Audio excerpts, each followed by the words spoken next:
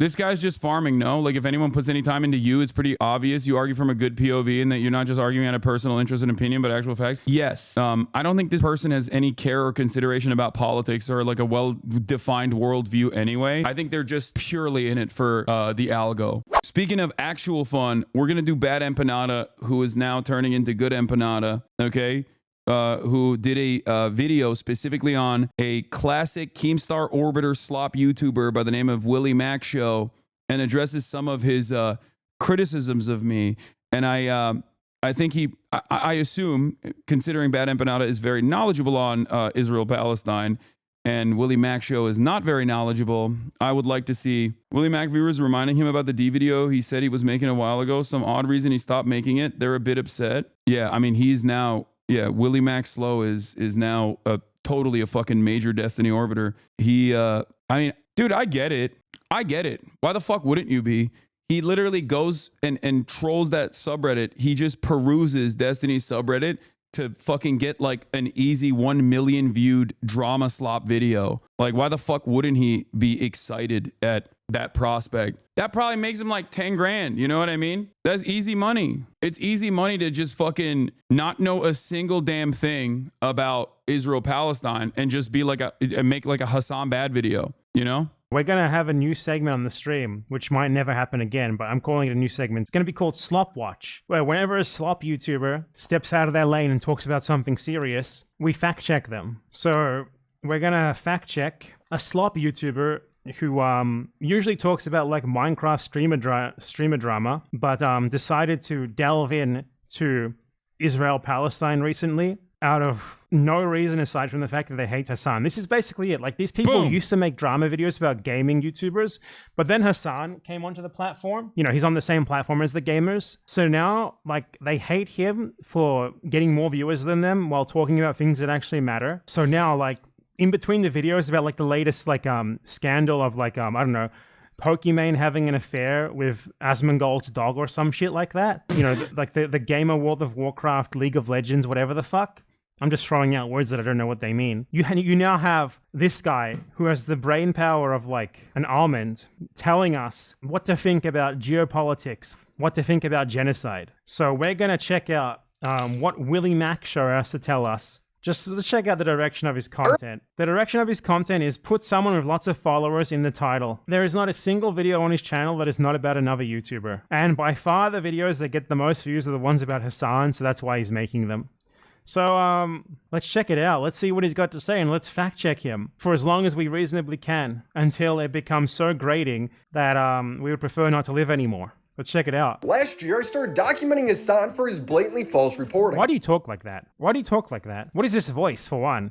This is not a real person's voice. I thought my video voice was bad. What's this? Insane meat munching. He made like 20 videos on you. I know. Can you explain what a grifter is and how you're not one? A grifter is a person that doesn't have any sort of like firmly held convictions or any sort of interest in the subject matter that they're covering. And they're basically simply covering it because the algorithm boosts that sort of commentary. Like, for example, if someone has no interest whatsoever in the ongoing genocide that Israel is engaging in Gaza, right? And the only videos that the only time they've ever actually afforded their platform to talking about this issue is to specifically farm drama off of a polarizing content creator such as myself, to just basically say my reporting on it is bad. And you know, the fact that they have no like real experience in this field whatsoever, and they're simply just like aggregating clip chimps off of you know, a particular subreddit, that would be a perfect demonstration of someone who is a grifter. The reason why I always laugh at the Hassan, you're a grifter allegations is because I have been endlessly consistent on my commentary, on my convictions that I firmly hold on to, and also the fact that not only do my takes stand the test of time fairly well, with some minor exceptions that people seem to make a very big deal about, but that's fine. Grifting to the left is the most idiotic thing that you could possibly do. If I had no real convictions, if I had no real, genuine, personally held political opinions, why the fuck would I grift to the left? It's the most annoying group of people on the fucking planet. Okay. Do you know how many people who also consider themselves to be diehard leftists who fucking hate me? Are you kidding me? It is the most annoying group of people on the planet. Okay. I'm sorry. It's just the truth. There's nothing the left hates more than someone who has an opinion that is a little bit marginally different than theirs. Okay. There is no big ticket donors on the left. Everything on the left has to be grassroots funded by you guys.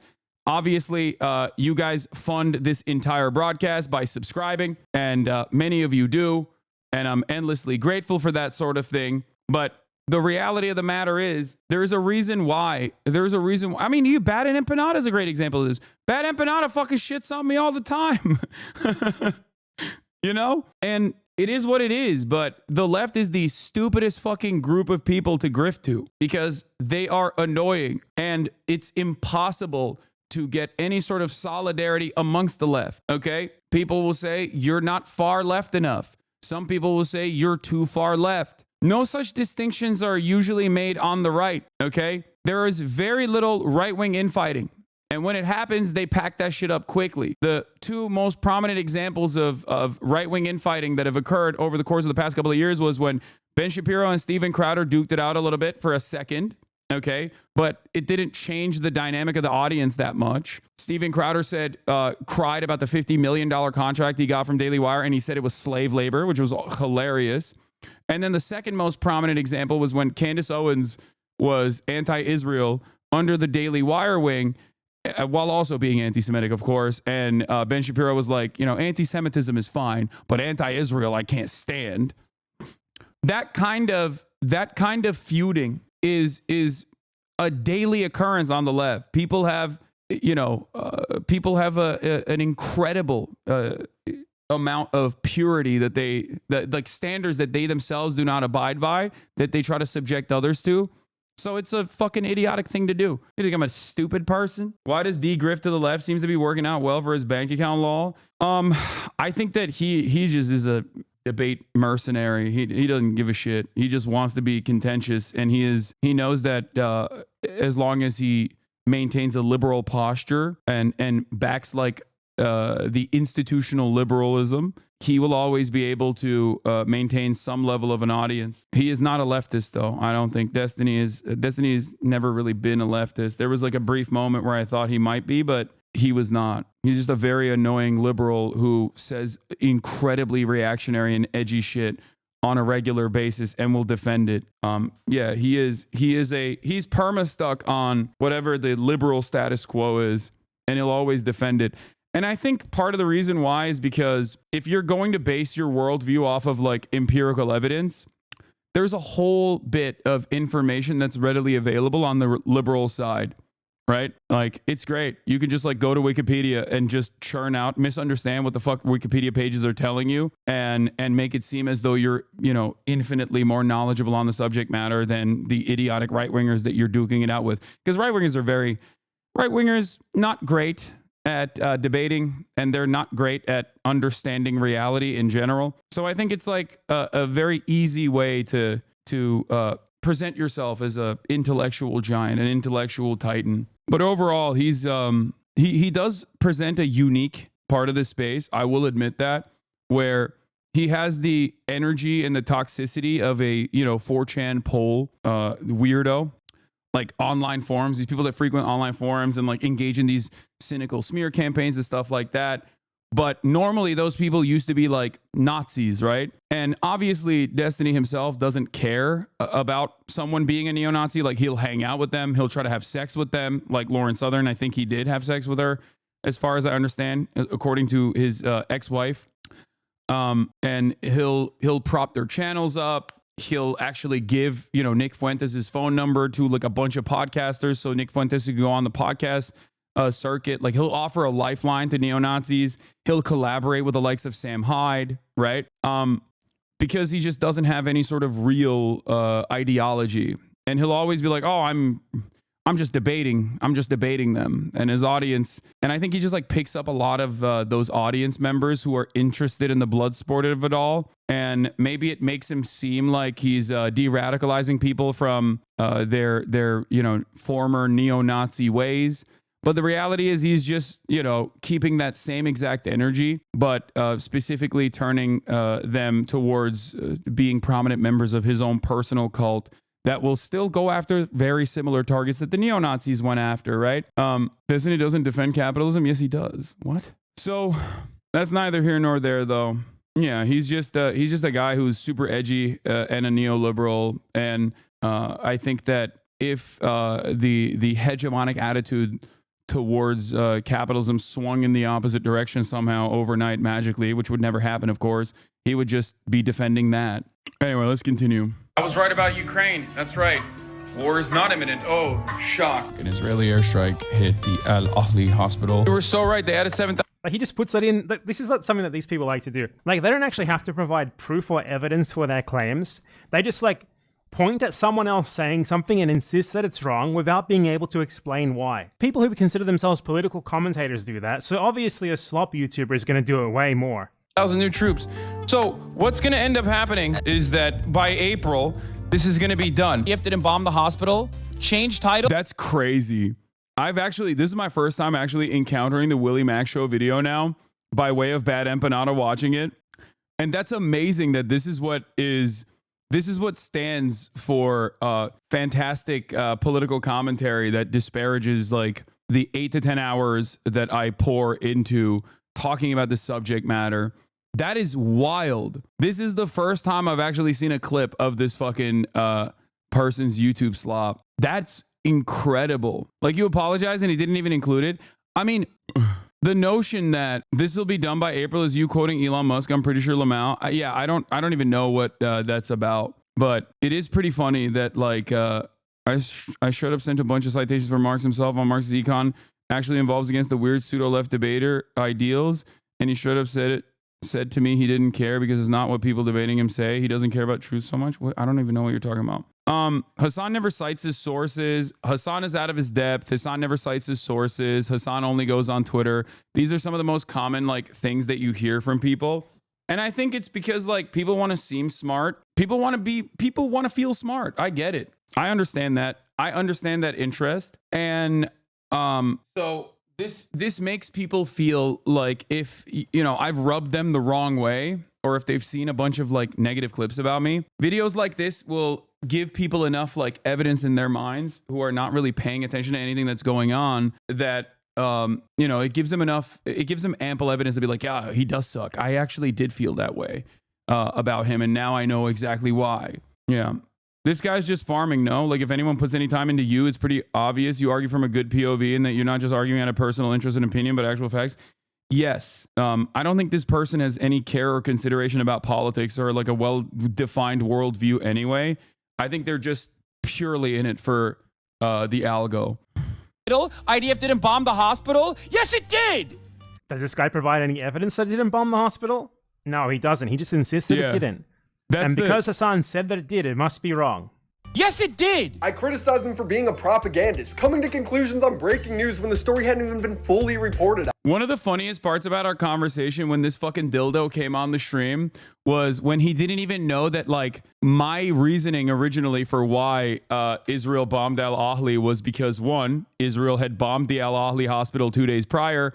2, Israel had bombed a whole bunch of places, including other hospitals that they've forcibly evacuated at that point. And 3, BBC and every other fucking Western outlet had also obviously arrived at that same conclusion early on in the morning. Why else? Why would they not arrive at that conclusion? It makes no fucking sense to be like, oh, this must have been a rocket misfire. And last but not least, of course, once again, in the Al Ahli situation, which they never talk about anymore, by the way, they only bring up Al Ahli if you're a fucking dumbass who doesn't know anything about what has happened so far. And there's plenty of people who don't pay attention. So I think that's the reason why they, watch videos like this. Okay. I do find it very funny that these guys will be like, the only time they ever talk about it is remember the last time Hasan said Israel bombed Al Ahli, which, forensic architecture had already debunked time and time again Israel's counter narratives about what was going on. What Israel claimed had actually happened, which the media took and immediately ran with. Israel has blown up every fucking hospital since then. Every single one. And not a single peep from these fucking dipshits to be like, oh, I'm sorry that I said Israel never bombed the Al-Ahli hospital or that they would never bomb any hospitals. They bombed every university and every fucking hospital since then. It's so stupid. You right now is the same thing. You are somehow coming to incorrect conclusions about something literally a year later. So you don't even have that excuse. You always do. I'm just saying. No, like this, you're just doing stop it saying in it's real the same thing time. you all. The other part about this story that's like really interesting, the dynamic that is really interesting about like a drama slop farmer like Willie Mac show, is that the subject matter is me, right? I'm the subject matter of his video. He didn't even have the fucking talking points that he supposedly had like real serious convictions over. He had to go back and watch his YouTube video to debate me on it. And if I'm the subject matter of the video, like my statements on like what I actually meant should be valid, right? But no, of course not. There is no reason to hear what I have to say because there is no real interest in understanding the truth. You're doing it in real time, bro. Over the course of an 8-hour broadcast, if you look to literally 3 How moments, come nobody else you shut can up find as much as you, dude? That does 8-hour broadcasts. because no one has the most psychopathic fandom like idiots like you who sit through every minutia. Isn't it great? Like, you're just supposed to like look at this and assume that he's right or something. He doesn't actually need to make any arguments. Doesn't need to provide any proof of his claims. You just look at this and it's like, well, does he actually do that at some point? Let's find out. It's like, look at all these things that he just, I'm insisting is sort of self-evidently bad. Because I don't actually know why they're bad. I just sort of have a gut feeling that they're bad. So let me show them to you. Like you saw in the previous segment where I responded to like a clip of Ethan, like a Ethan Klein Zionist compilation. Rather than just showing you the clip and insisting, oh, this is wrong. I told you why it's wrong. This guy shows you a clip and you're just supposed to listen to it. And I guess it's wrong just because he sort of is pointing at it, I guess. To find a called clippable research. moment, It's to actually find a just called- clippable it's moment just to be like, called he basic sucks, he's research. bad. That's You the make reason, research dickhead. sound bad. All right. He followed this up by interviewing a terrorist, eating up propaganda about taking hostages. You think he had Terrorists, right? You can just brand someone as a terrorist if you're this fucking white guy who sounds like he's struggling to speak. You're this guy here. You can just say that someone is a terrorist, providing zero evidence for it. Why? Probably the best example of a grifter I can imagine. He has no passion for the conflict. He thinks he's debunking you on. Doesn't even have the talking points readily available. Yeah, I wanted to talk to him about Israel-Palestine, but he was like, "No, I want you to simply watch my video." I was like, "Why the fuck would I do that, bro? I'm the person you're talking about. Just tell me what your anger and your frustration is, and we can go over it." Which he had to literally go back and which he had to wait. What is this relevant? Hold on, can you Because pause that's for a like- second? that's such an- I'm sorry to do it. This guy right here in the top left, the one that they're all Oh, there he is. He's like hanging out with Destiny and Dan Saltman. having a great time with, this guy's a killer. Well, no, you don't know if he killed anybody. He probably is. What never... do you mean? He boards fucking boats? Yeah, but after they're already taken over, he's not part of like the Oh, takeover I'm sorry. team. He's not cool He's enough. hanging out with the hostages, but we don't Oh, know I'm if sorry. He My- also wasn't hanging out with the hostages. That was a moment that was like lost in translation, but like he wasn't hanging out with the hostages at all. And the people were using a clip that was from a totally separate video to be like, "Oh, look at this clip. Like here he is hanging out with the hostages." No, he didn't board the boats either. No, he didn't fucking board the boats either. He went on Galaxy, the boat that had already been that had become a tourism destination in Sana'a. You're wrong. All of this stuff is wrong. Why do people not care about being wrong so frequently? It just doesn't make any fucking sense. Like, yes, the Ansar Allah militants took over a bunch of boats, including the Galaxy one, okay? They boarded the boat. They put the boat in the port in Sana'a. And then they turned it into a tourism destination. So people could just simply pay, I think like $1 or something to go and see the boat, Galaxy Leader. That's it. And Timothy Chalamet, Rashid, okay? You're the biggest liar I've ever seen. It's written all over your face. You are bullshitting. Okay, man.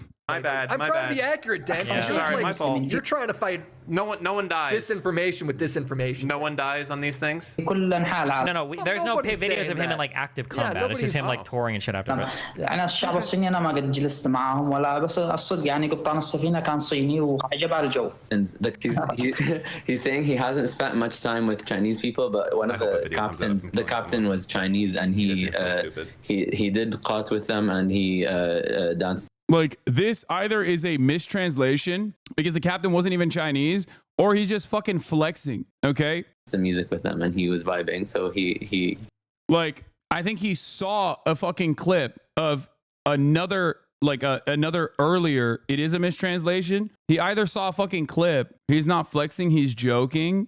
Oh, okay. I don't know. But he saw an older TikTok. Why is this video relevant at all? You're lying, Hassan. I can read your mind. It's a mistranslation. Qatari Cat, what is he saying there? You also have to remember, like, I can't fucking understand what he's saying. He can't understand what I'm saying. That's why I had Fuad be the translator in this situation. But Willie does nothing. Willie does anything to not confront genocide and heaves his lack of care onto you and everyone else. Is like deliberate placing of oneself to be negatively polarized. Like, who asked these motherfuckers to be political? I fucking hate it. Anyway, but yeah, if you want the actual facts, if you want to know what is the reality, I asked him in the interview if he was a Houthi militant. I still maintain the position that I have every right to fucking interview a Houthi militant or someone who is like a prominent member of the Ansar Allah administration. I think there's journalistic value to doing such a thing. When I thought that he might be a Houthi militant personally, because we saw all the clips and everyone was calling him like jokingly Tim Houthi Chalamet, I was of course very excited to do this.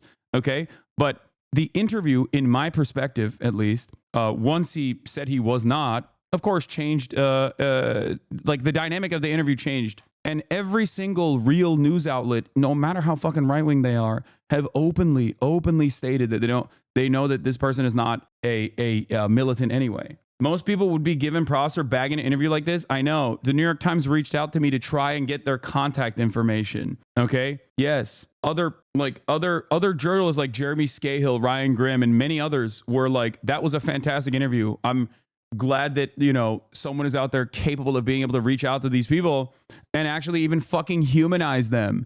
Because why wouldn't I? Anyway, let's continue. Why is he a terrorist?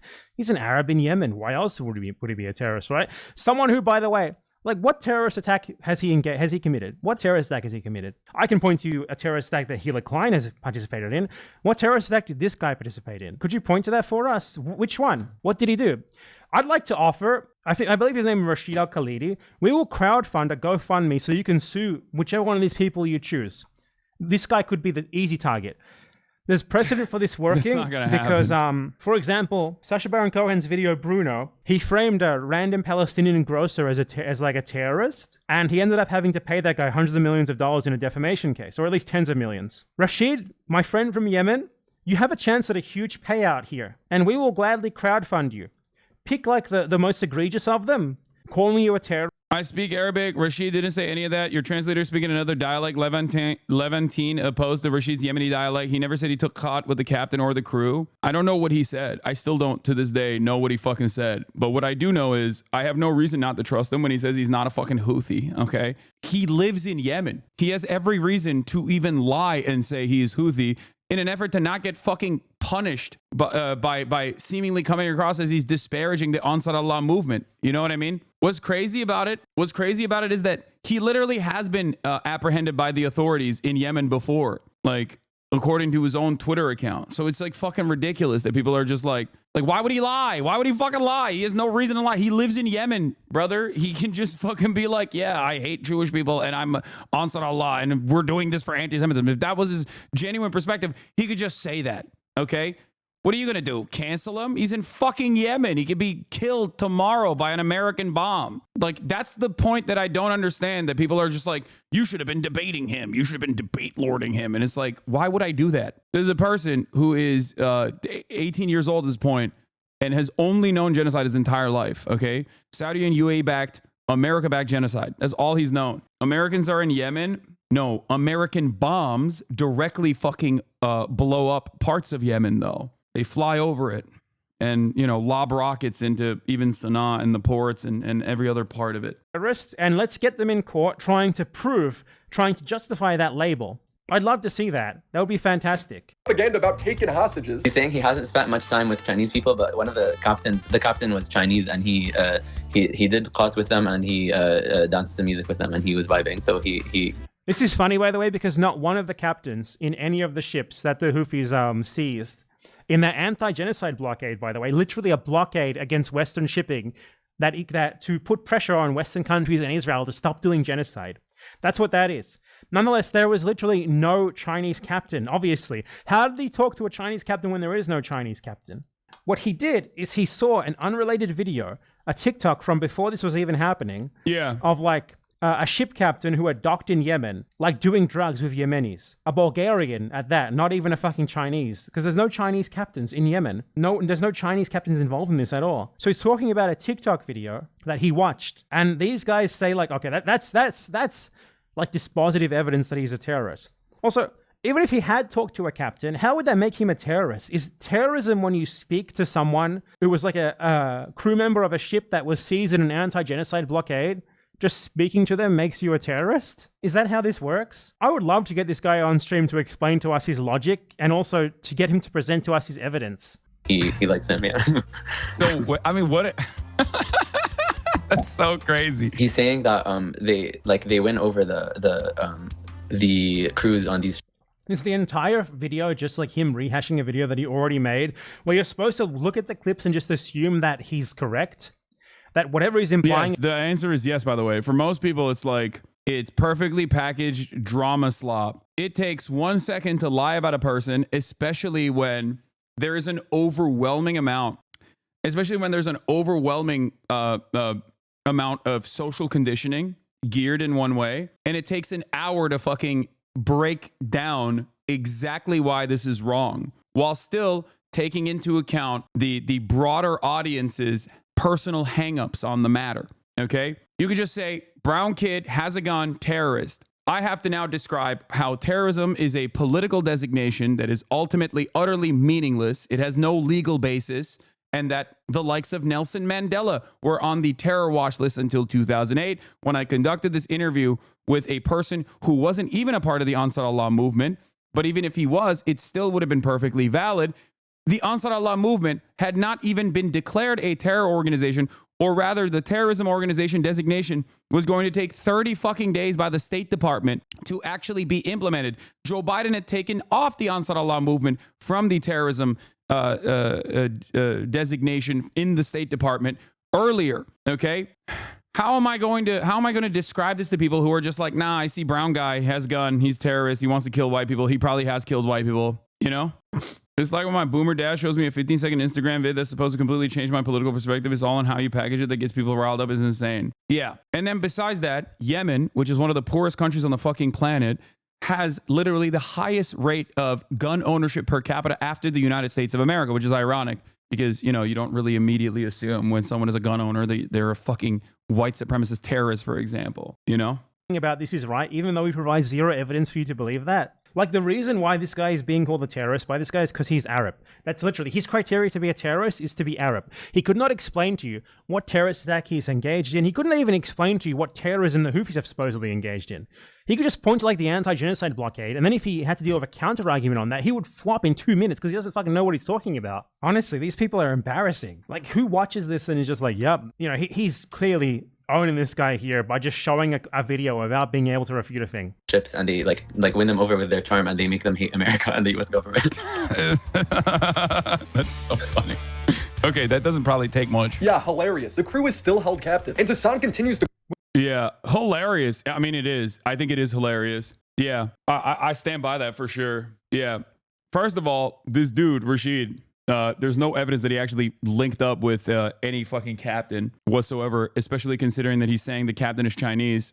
There is no Chinese captain. What we found out was that there's an older video that he probably saw that he was talking about where I don't even know if it's from Yemen or not, where they're like, you know, a bunch of captain, I think a Bulgarian captain's like chewing cot or something. Having said that, this part, yeah, I mean, he just laughs at it and goes, oh, that's pretty funny. It is. Like, why is anybody supposed to go, no, I hate that. I can't believe he's laughing about that. Like, what? Yeah, I think this was the OG video. Yeah, it was this video.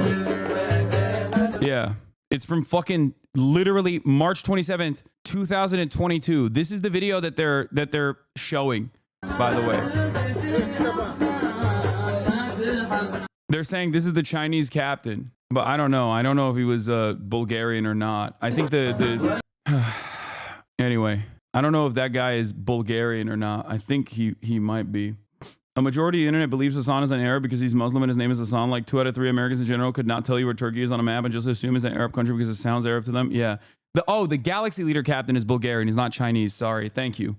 He didn't see any Chinese person. He literally said that. The translator added the cot part. Which crew? Where's the Chinese captain here? Where's the Chinese captain here? Could you point to the Chinese captain for us? Because there is no Chinese captain.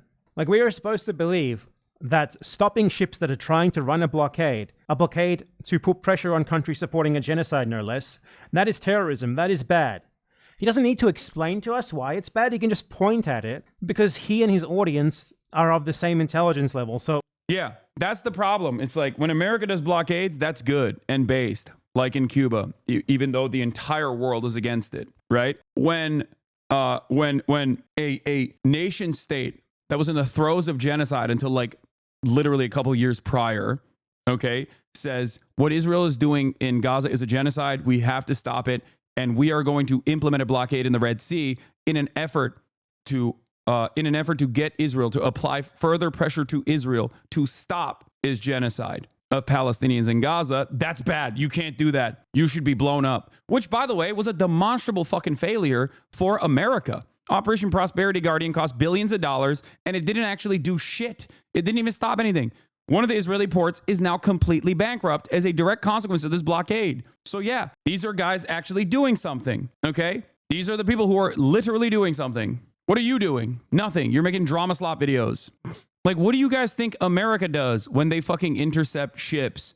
Most of the time, America says we're instituting a blockade and no ships pass. But when some ships do pass, what do you think they do? They fucking intercept the ships. That's exactly what America does as well. They've literally stolen direct oil tankers going between Venezuela and Iran and shit. Like, what are we talking about? The fuck? Like, what? So that's fine. That's valid. But when another country, God forbid, outside of the sphere of influence of America engages in the same thing, then whoa, that's the biggest meanie bobini thing you could fucking do. That is completely unacceptable. You know, your Twitch stream doesn't change nothing until you go on mainstream TV like CNN and MSNBC. What are you saying, dude? You're like, just quit. What the fuck? Shut up. It does change things. It changes people's minds. Okay. Yeah. U.S. embargo blocks coronavirus aid shipment from Asia. Like, we've done such cruel, unimaginably cruel things to Cuba. And you also have to remember, the mildest Google research would show Yemen has been trading the crews from the ships for their own people being held by the Saudis.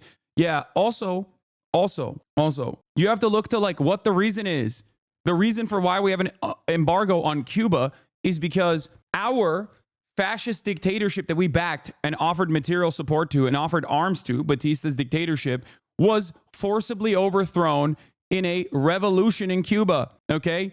And we never let that go. We were very mad that our sugar plantations were taken away. We were mad that like our mob's tourism destination was taken away. We were mad at the Cuban Revolution. So we punished Cuba and the Cuban population permanently since that very moment. And we've never stopped. Whereas what these guys are doing a good thing, okay? That's it. Like their purpose, even if you don't agree with their methods, okay?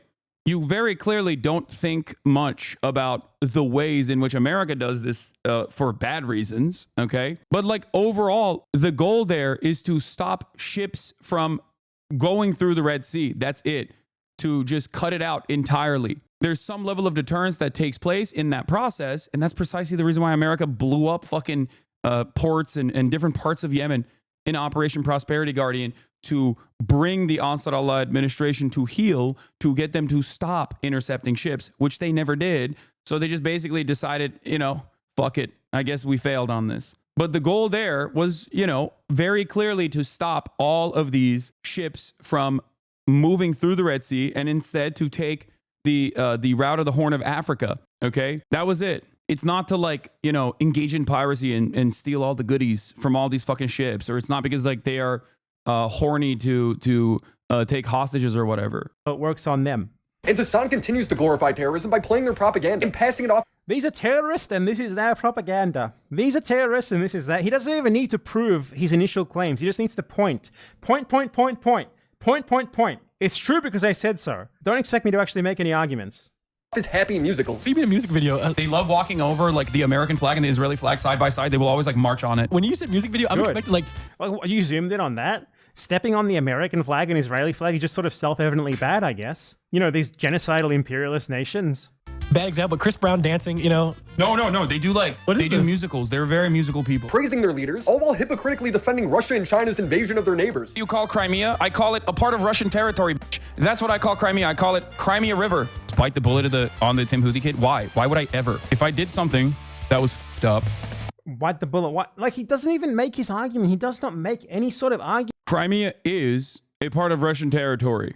It's just true. It is annexed by Russia. And what Ukraine did in that process after it was annexed by Russia, which is very different than Russia's current invasion of Ukraine, which is why it's been an ongoing, massive, inhumane military campaign that is killing thousands of fucking people and has displaced millions of people.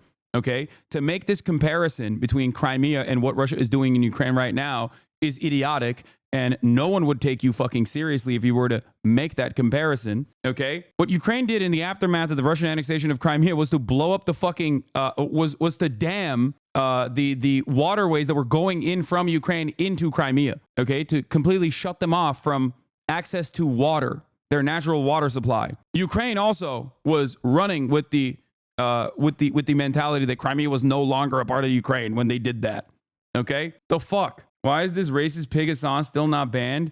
Because no matter how hard you cry, most normal people understand offering analysis and offering context to global affairs, even if you don't agree with it, is not a bannable offense.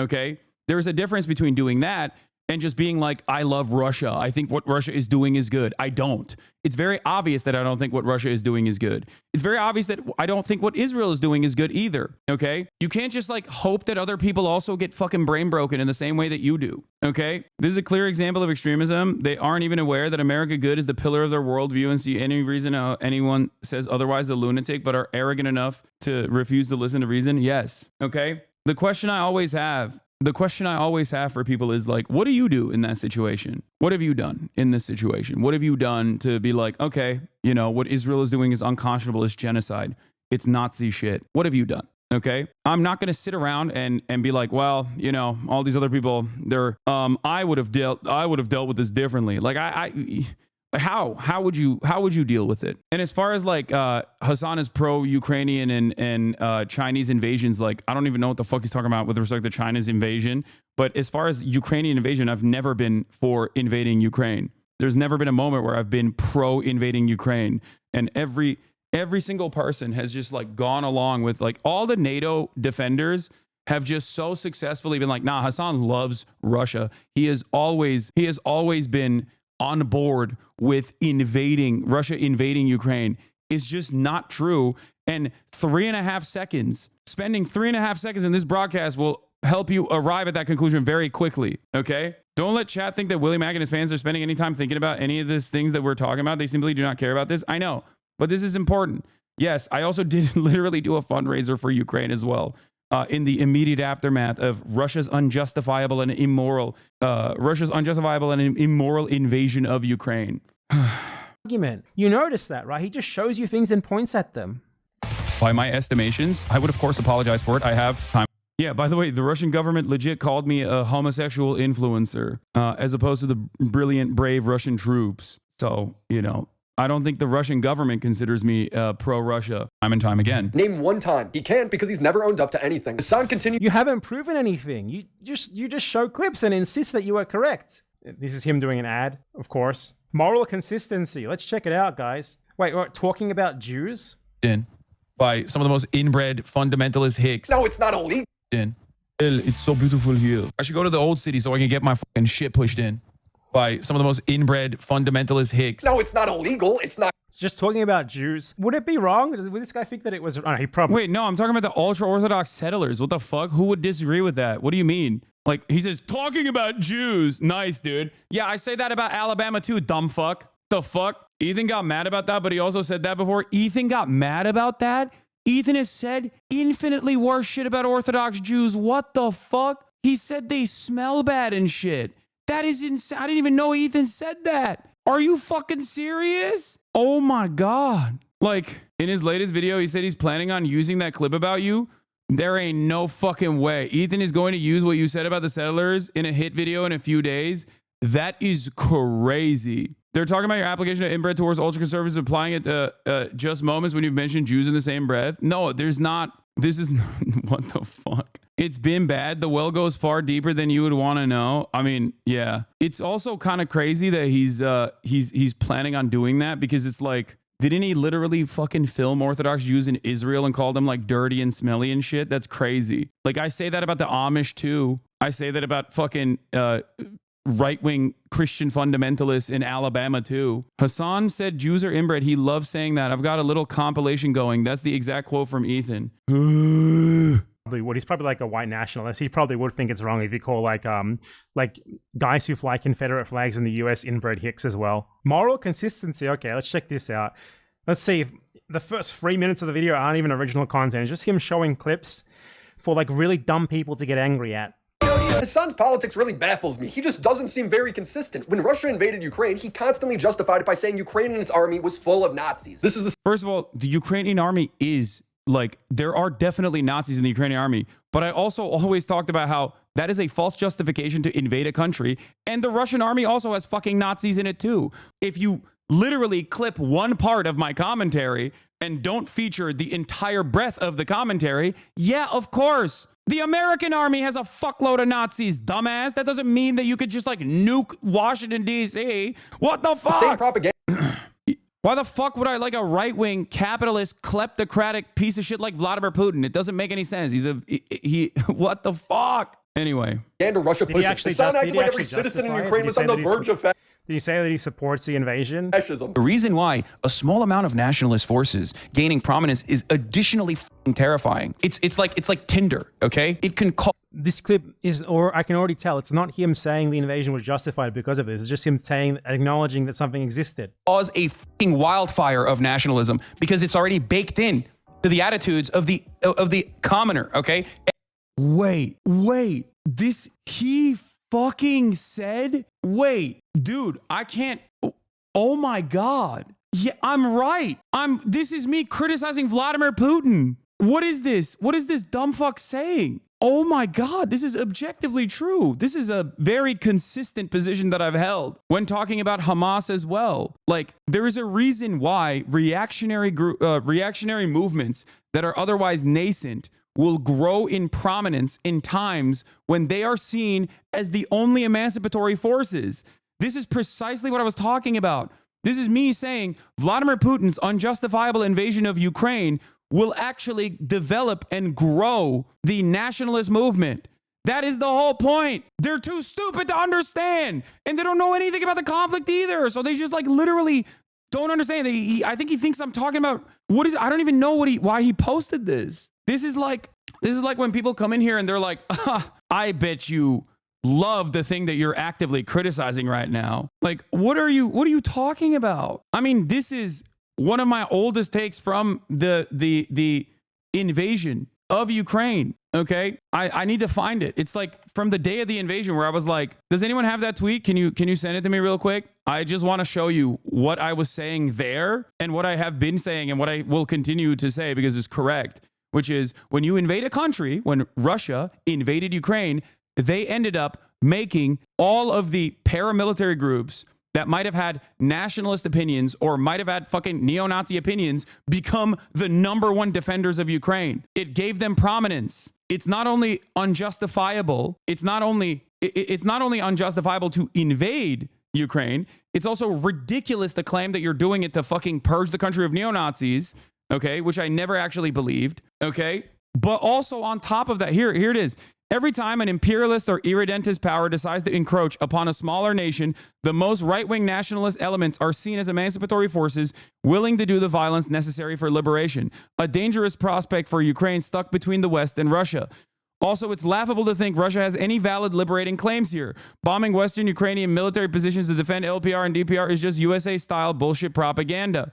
Almost as bad as claiming Ukraine started shelling more in Donbass when there's 200,000 troops at the border. This is objectively correct analysis about how right-wing movements grow in prominence when the country is invaded. This is the same in fucking Iran, okay? This is how Palestinians basically evolved into the Palestinian attitude towards Hamas shifted dramatically over the course of the last 3 fucking decades. This is a very consistent take. It's almost a universal truth. I feel like a lot of people just simply don't understand the things that I'm saying, and they just overall cling on to vibes because I've made them feel shitty, maybe made them feel stupid at a certain point. So they just like look to someone to be like, yeah, this guy's actually a real fucking idiot. He's actually real hypocritical. And they go, oh, thank God.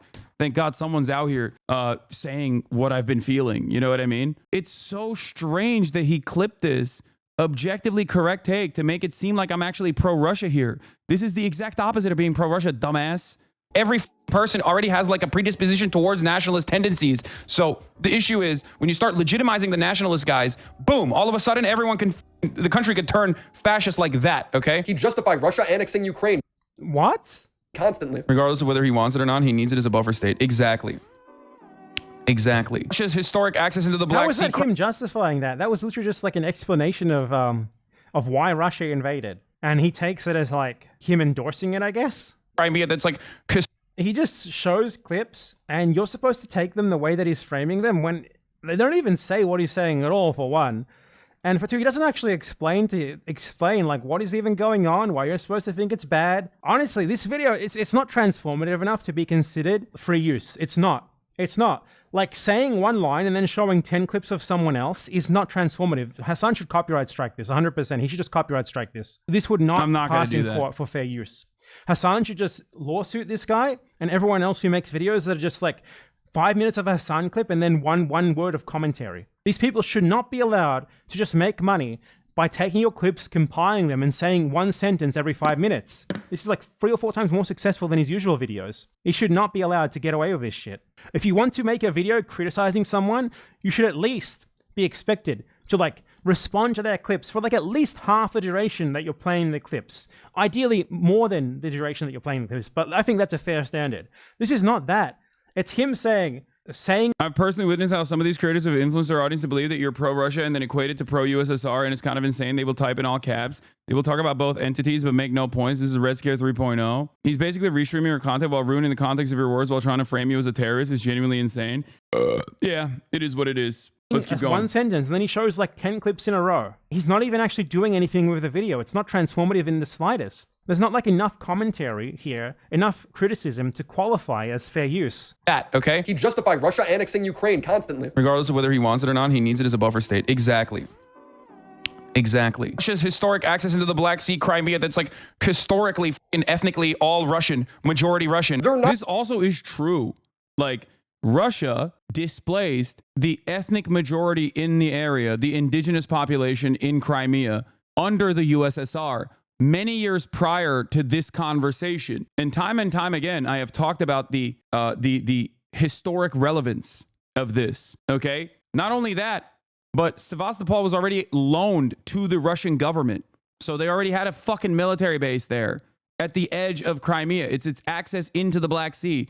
Russia has always used that. So there is a reason why when they went into Crimea and annexed it, there was, it wasn't like fucking Russia's current, what is this, bro? You literally platformed a terrorist. You didn't interview him. You sucked his entire penis. Yeah, well, I fucked your dad in the ass last night too, but I don't see you fucking complaining about that. Possibly because he really enjoyed it. He's gay now, okay? Like, how am I supposed to fucking deal with this childish mentality? That person is not a fucking terrorist. You just think he is. That's it. The cutting clips and then adding and then cutting back is so disgustingly deceptive. Yeah. But good luck.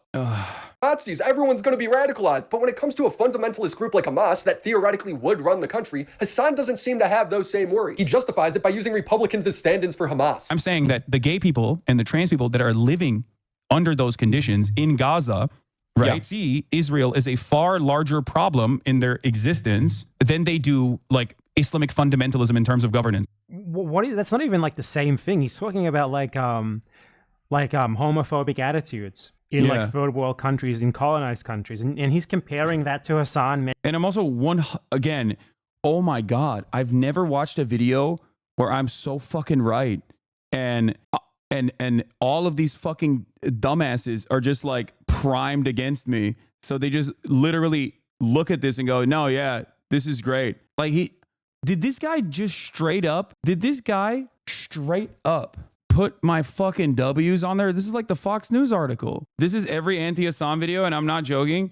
I stopped watching these videos a long time ago because I realized that like me actually responding to them in good faith only allowed them to clip more shit out of context and to like continue running with this narrative, not really realizing that most of these videos are just like things that I'm actually saying that are objectively correct and oftentimes not even related to how they're trying to frame it. Hassan hates inferior cultures, he says. Mentioning that like the Azov battalion exists at all. In a clip where Hassan didn't actually say that he thought that justified the Russian invasion. This does not make any sense at all. I've actually said the exact opposite numerous times, by the way.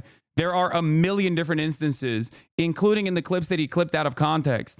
If we go back in time, now it's so fucking far back, but like if you go back in time and if you look at the actual VODs of the clips that he clipped from, that he didn't even personally clip, he just got it from fucking, any number of different like pro-Ukrainian, pro-NATO guys who have been using these clips and like recycling them over and over again in bad faith, you will find out that probably right after the context that was cut short, I immediately talk about how it is completely unacceptable that Russia used that as a justification. It is not a correct justification. It is a false justification to invade a country. It's kind of crazy. Check out the Google Doc I sent. They're using this in their campaign. They made a fucking Google Doc that is so insane, brother. Anti-Semitism and terrorist propaganda on Twitch. Statements. The statements made in this document are the author's opinions. They should not be taken as fact. I like that they put a little disclaimer in there because they're like, hey, we're going to be smearing this guy, so please don't sue us. What is this Google Doc, dude? Oh my God. This is insane. Then they give him your email. My email is public. That's wild. Better or worse in the woke games list? For context, we must go back to the formation of Hasanabi-head channel and discuss neo-fusionism. Yeah. Okay. Once again, time and time again, I've talked about how the Azov battalion's existence is not a reasonable, is not a just cause for is not like a is not good reason to invade Ukraine. I'm sure that there are plenty of tweets that you can point to for that as well. Okay. I mean, I'm right here. I'm still talking about like Russia's, invalid liberating claims. Like it's pretty obvious that I'm anti Russian intervention in Ukraine, military intervention in Ukraine, I think, right? Like I don't know how you fucking arrive at that conclusion. But I guess like if there's enough people that avoid all of my talking points and just like clip it out of context, where is the, can you say it again? I was busy grifting. I mean, there's plenty of things that I've tweeted out. There's plenty of videos that I've covered on like, the fact that like, Azov battalion, or any other like neo-Nazi, military groups that are a part of like the Ukrainian National Guard or a part of the Ukrainian military does not justify Russia's invasion of Ukraine. Over and over again. I'm pretty sure that someone can key search it on my Twitter and find the many different instances where I've actually talked about that as well. So it'd be a shame if people contacted Willie Mac's sponsor, Rocket Money, and mentioned that they're sponsoring anti-Semitic, homophobic, slanderous grifter. I mean, why are you sending me that the libs want me to join fucking Blue Sky? I'm asking for a very specific tweet, and everyone in the chat is just like on their own shit, on their own tip. They're like, hey man, have you thought about joining Blue Sky? It's crazy. Like, it's just like, this is what I say all the time. These people's strategy is to either point at something and insist that it is by default wrong, or to compare something with something that is obviously different and insist that it's the same. If we were getting ruthlessly slaughtered by an alien force, I wouldn't give a fuck if someone was homophobic or not. I'd be like, thank you for Why are you zooming in on this? Like, it's not self-evidently correct. Why are you zooming in on him here? Like, you think that you just got him in like a fucking ownage moment. What's wrong about what he's saying? Can you explain that? Fighting against the alien force. That seems awesome that you're doing that. I would actually arm up side by side with my fellow homophobic, Republican, rabid Christian fundamentalist sociopaths to try and protect my home. And that's the point. That's the same thing as the Azov battalion fighting in Ukraine. How does he have these conflicting? That's not conflicting. That's what I'm saying because I'm being critical of Russia, you fucking idiot. Wait, it's not. It's the point. It's the same point. That's why. That's one of many different reasons why I'm anti-Russia's invasion of Ukraine. Oh my God. That's insane. So this entire thing is just because they think I'm pro-Russia? That's it. It's because they think I'm pro-Russia. And then that's it. Like, even when I'm in the process of criticizing Russia, they're like, that's my fucking point, dumbass. What the fuck? I'm anti-Russia. I'm anti-Russia invading Ukraine. Part of that criticism also revolves around Russia's invasion beefing up nationalist movements. People that duked it out, Ukrainians that formerly would fight against the Azov battalion style football hooligans and paramilitaries on the fucking streets like anarchists, socialists in Ukraine are now fighting side by side with the Azov battalion. Why are they doing that? Because a much graver threat to their existence is the fucking Russian invasion. That's the point. This is so dumb. What is going on? Willie cooked you again? Yes, if you are the dumbest person on the planet and would rather not try to understand what my position is on anything whatsoever and run on like Hassan is bad, then yeah, he did. Yeah, for the dumbest people on the planet, that was another cooking session, which is kind of funny because I'm in the process of explaining to you what my position is, but you don't clearly give a shit. Yes, if you have one singular brain cell, yes, I got fucking owned here, okay? Yeah, this shit goes hard as hell if you're dumb as hell. I get it. Yeah, another example of what I described is and I have used this example as well, Chinese nationalists and communists working together to fight the Japanese invasion, fight against the Japanese fascists. Like, that's the whole point. Now I understand why so many people fucking think I'm, pro-Russia, because they're dumb as fuck. I genuinely thought that there was like at least some like real disagreements here. And I didn't realize that it was because people were just getting baited off of like clips that are not only devoid of context, but are once again claiming that I am in support of the exact thing that I'm against. I didn't realize it was just motherfuckers are stupid. Maybe I should have watched this video. Damn, now I feel bad. It can't be that every single person and their like supposedly valid criticisms and demands of accountability are coming from like personally them misunderstanding what my fucking position is on the matter. Oh my God. Vosh has the same take on Azov, but his community for some reason thinks you're pro-Russia. Yeah, because I'm anti-NATO and he's pro-NATO. That's why. That's why he couldn't bring any point while you were debating him and he had to rewatch his video to try to find something because the video itself doesn't have any fucking valid points in it either. Opinions. It makes no sense. It's not though, because the Azov battalion in Ukraine is not the only Ukrainian armed group. There's no reason for them to exist. One, the state supports them existing, which is bad. Or two, they have too much power so that the state is too scared to get rid of them, which is also... I think it's the second thing, but it's not even Azov battalion anymore. I mean, they took the Azov battalion and just like placed it firmly within the ranks of like the Ukrainian National Guard originally, and then and now they're just like a part of the regular armed forces. That's it. And inevitably that is going to be a major problem for Ukraine. But obviously that's neither here nor there. That's like completely inconsequential in this moment. Azov is now the 3rd Infantry Battalion. Yeah. This is, what is this? This is the tweet. I mean, this is one of the instances. Denazifying Ukraine was Russia's ridiculous propaganda for invading Ukraine and occupying it. So why is it that when Israel makes this ridiculous claim, Westerners are so quick to believe it? You cannot eradicate Hamas by bombing Gaza. Oh, here it is. This is it. Oh, it's the same fucking take. Yeah. I said this day one of the invasion of Ukraine about the denazification narrative. Every time imperialist or irredentist power decides to encroach upon a smaller nation, the most right-wing nationalist elements are seen as emancipatory forces willing to do the violence necessary for liberation, a dangerous prospect for Ukraine stuck between the West and Russia. And it's true. Once again, being a leftist is about being right, but being too early. Okay, if you arrive at the correct position too early, people will yell at you over and over again.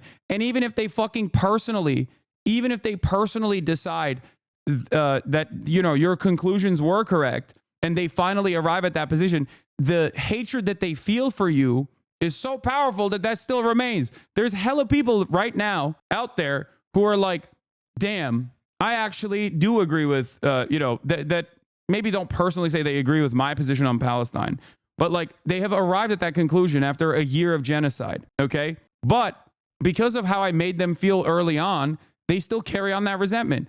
And the same thing always happens. The same thing always happens. The Gamba takes. I said early on, a crypto casino that created a fucking website with the explicit purpose of driving viewership and driving new audience members to their actual crypto casino was going to be devastating, paired up with the reality that they are not going to hold on to any sort of like serious rigid guidelines, no terms of service whatsoever. That was going to be a Nazi pedophile shithole. I was right. And many people in XQC's community at the time despised me for it. XQC despised me for it. I'm sure that former fans of XQC now agree with that position. However, their resentment towards me still carries on because I made them feel bad, or their favorite content creator felt bad at the time. So now, even if they personally agree with that original position that I had, they don't go, you know what, maybe this guy was right, I'm going to be charitable to him, in the future. They just still continue fucking hating. It's weird, but I guess it's fine. At the end of the day, as long as people are arriving at the correct conclusions, even if they're fucking late to the game, it's still fine, Bad. You don't need like a specific armed group for neo-Nazis. In Palestine, Hamas is the armed group. It's the only real armed resistance, aside from other armed groups that you also hate just as much. Ukraine is a country with a real military. Azov is but one unit. So what you do in that situation, if you really want to fight the Nazis, is you just forcibly disband that unit and you take the fighters from it and you distribute them through the rest of the military. Whereas, I don't know if you know this, but Palestine does not have a military. It's not allowed to have one. If Palestine had a military, we would not be having this discussion right now at all. Yeah, I mean, I've never seen anyone say that, like, Azov kills gays. They're probably homophobic, but has anyone ever said, made the horrific decision to call Palestinians' culture inferior? Hassan rightfully called him out for this. These people are not your allies. They are not the same as us. They come from an inferior culture, and it is directly antithetical to everything Western values stand for, and it is an inferior culture in all ways. It's terrifying. Like saying they're inferior, saying they're evil to justify the death and destruction that befalls them is so horrifying. Because remember, Hassan would never call another culture inferior. He would never do that. I don't agree in theocracy at all. But like, wouldn't that mean that it would be inferior? No, I wouldn't say that any culture is inferior to one another. All life must be cherished. Their lives are no different, even if they disagree fundamentally with you. But if we just go back to last year, Hassan was justifying China's invasion of Tibet for the same reason. Their inferior culture. He says China's imperialism is good because they focus on taking over the formerly enslaved Tibetan people working alongside the Maoist militias to liberate their own fucking non-autonomous region that has historically been on and off a part of the Chinese empire is not saying that the Tibetan culture is inferior. What the fuck are you talking about? What? Slavery and feudalism is not a fundamental part of Tibetan culture, okay? That is precisely the fucking reason why it was actually the formerly enslaved Tibetans that fought against their slave masters in the process. Dude, what the fuck? Their neighbors. Chinese development and Chinese military action is either irredentist in nature, which is different than imperialist, where it's more so expansive in its own. This is him explaining concepts. Like, do you think Hassan thinks that irredentism is good? What? This guy sees an explanation, he takes it as an endorsement. Limited area rather than global imperialism, which is China's done with the express effort land. with the Tibet, Taiwan. Tibet was literally a feudal slave. Okay, first thing, he was describing the difference between, say, for example, irredentism, which is like China's actions in Tibet. The Chinese, the Chinese Maoist movement in Tibet is not an instance of irredentism. Okay, what China is currently doing in Tibet, not developing it evenly as opposed to the rest of the Chinese territories, is understandably consequential, and there's much to criticize there. Okay, the current Chinese rulership over Tibet is not exactly great, but none of this is talking about liberating Tibet from the treacherous nature of feudalism. Okay. And the example I used here was actually so fucking good. Not to, hype myself up, but it is directly the same as like the American government during the time of slavery engaging in the fucking Civil War. And besides that, it's like if the Southern formerly enslaved people also rose up and actively fought against their slave masters. Is like, my country has a right to take this state, this smaller country that is on our border or whatever, versus like American style globe spanning imperialism, where it's like, we want to essentially control as much as we reasonably can every single country in the world and force them to pursue our own interests. That was what he was talking about in the first place there, explaining the difference between like China and the US as global powers. He takes an explanation first as like an endorsement. So now let's see what the supposed calling Tibetan culture in. Just threaten to beat them up like they always do. Just show them your massive muscles. What are they going to do? Just threaten to beat them up. And that's what you do when you can't come up with an argument, says Hasanabi tough guy. Dude, how little care or consideration do you have for your own humanity and your own personhood that you are literally making a fucking fake fan account called Hasanabi tough guy and then, creating the account, waiting for the appropriate amount of time so you can actually chat in the chat, and then saying, these guys are all ugly nerds. Don't waste your time. It's about how attractive you are. Like, making yourself come across like you're actually a fan, but also letting it slip a little bit is such a wild thing to do, bro. This is what I think of you, just so you know. It's giving this. It's giving this. Go jerk off, dude. You're too horny. Exactly my point. Exactly. Keep going. Okay, dude. I'm going to ban you so that you can be happier and healthier person, I hope. Inferior was. Feudal slave mandate, autonomous zone. China did them a favor. That was one. I mean, in America, when I say something like this, people get very upset. We talk about the Dalai Lama saying "suck my tongue" or whatever, but like that's not far from the norm in normal Tibetan existence before the Communist Party came in and so China unilaterally took over Tibet. Like, these are their culture. They basically are trying to, homogenize the culture. In the name of squashing an inferior culture, China killed over 87,000 Tibetans. That's 1.2 million, 1 out of every 6 Tibetans. So let's talk about this comparison for a second here. I think it should be pretty self-evident. So Asmongold said that Palestinians deserve to be genocided because they have an inferior culture, because genocide is literally baked into their laws. That's the quote that he said. For one, that's not true. And he explicitly said they have an inferior culture. Straight up. They deserve to be genocided because they have an inferior culture. And the justification that he came up with to justify this idea was that they have genocide baked into their laws. Now, if you can find the genocide law in Palestinian law, in the Palestinian, legal code, please bring it up for us. You're going to have trouble with that. Now, let us talk about Tibet. I know BadEmpanada loves it when I step away from his videos. What did Hassan say about Tibet?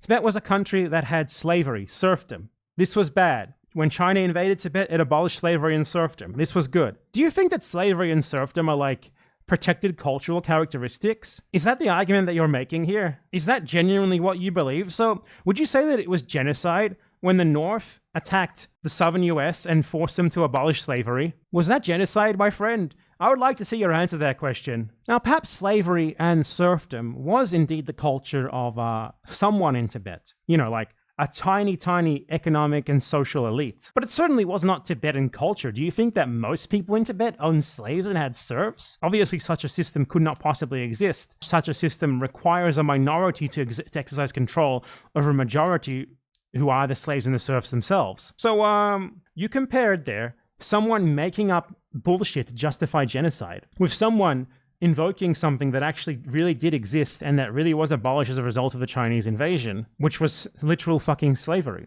like a socioeconomic system of oppression. Like, the whole video is comparing things that aren't the same and insisting they're the same, apparently. I do not give a shit about preserving the culture of like a tiny slave-owning elite anywhere in the world. Do you? I would hope not. I would hope that you can see the difference in feudal lords in Tibet owning slaves and Asmongold saying that Palestinians believe that in genocide, so they deserve to be genocided. Something which is not true. Asmongold outright said that, Palestinian culture, all Palestinians are inferior. I do not think that saying that slavery is bad and it's good that it was abolished is the same thing as that. By the way, this is the third. That's crazy, by the way. Like, slavery is not someone's culture, man. What the fuck? Like, what are we talking about? The Tibet take is unacceptable. You can't ignore the forced Hanification of the Tibetan people, same as Xinjiang. Hundreds of thousands of people were forcibly displaced. Tibetans have a right to self-determination. British also used the caste in India as a justification for the empire. No, you're misunderstanding my position, okay? The original, you're not wrong about Hanification. I have never said that Hanification, just like Russification, was a major L for the USSR. Hanification is on principle a unacceptable thing that the Chinese government does. Okay, this is correct. Your take on that is correct. I agree with you. This is not my position. Okay, I don't agree with that at all, and I think that that is part of the ongoing issue. Also, it's hilarious that you said Tibetans have the right to self-determination. British also use the caste as India in its justification for the empire. The British literally utilized the caste system and kicked it into high gear. And I know you know this because you yourself are one of my anti-China Indian chatters. I know you know that, okay? But yes, I don't agree with the Hanification of Tibet, nor do I agree with the Hanification of Xinjiang. Okay, no, this is a very smart chatter. Okay, he's just, he it's a healthy disagreement that we have in terms of I guess, like maybe misunderstanding my position on China. British used the caste to also justify their empire. They are liberalizing us. They also used caste at the same time. Yeah, that they are liberalizing us. No, I understand.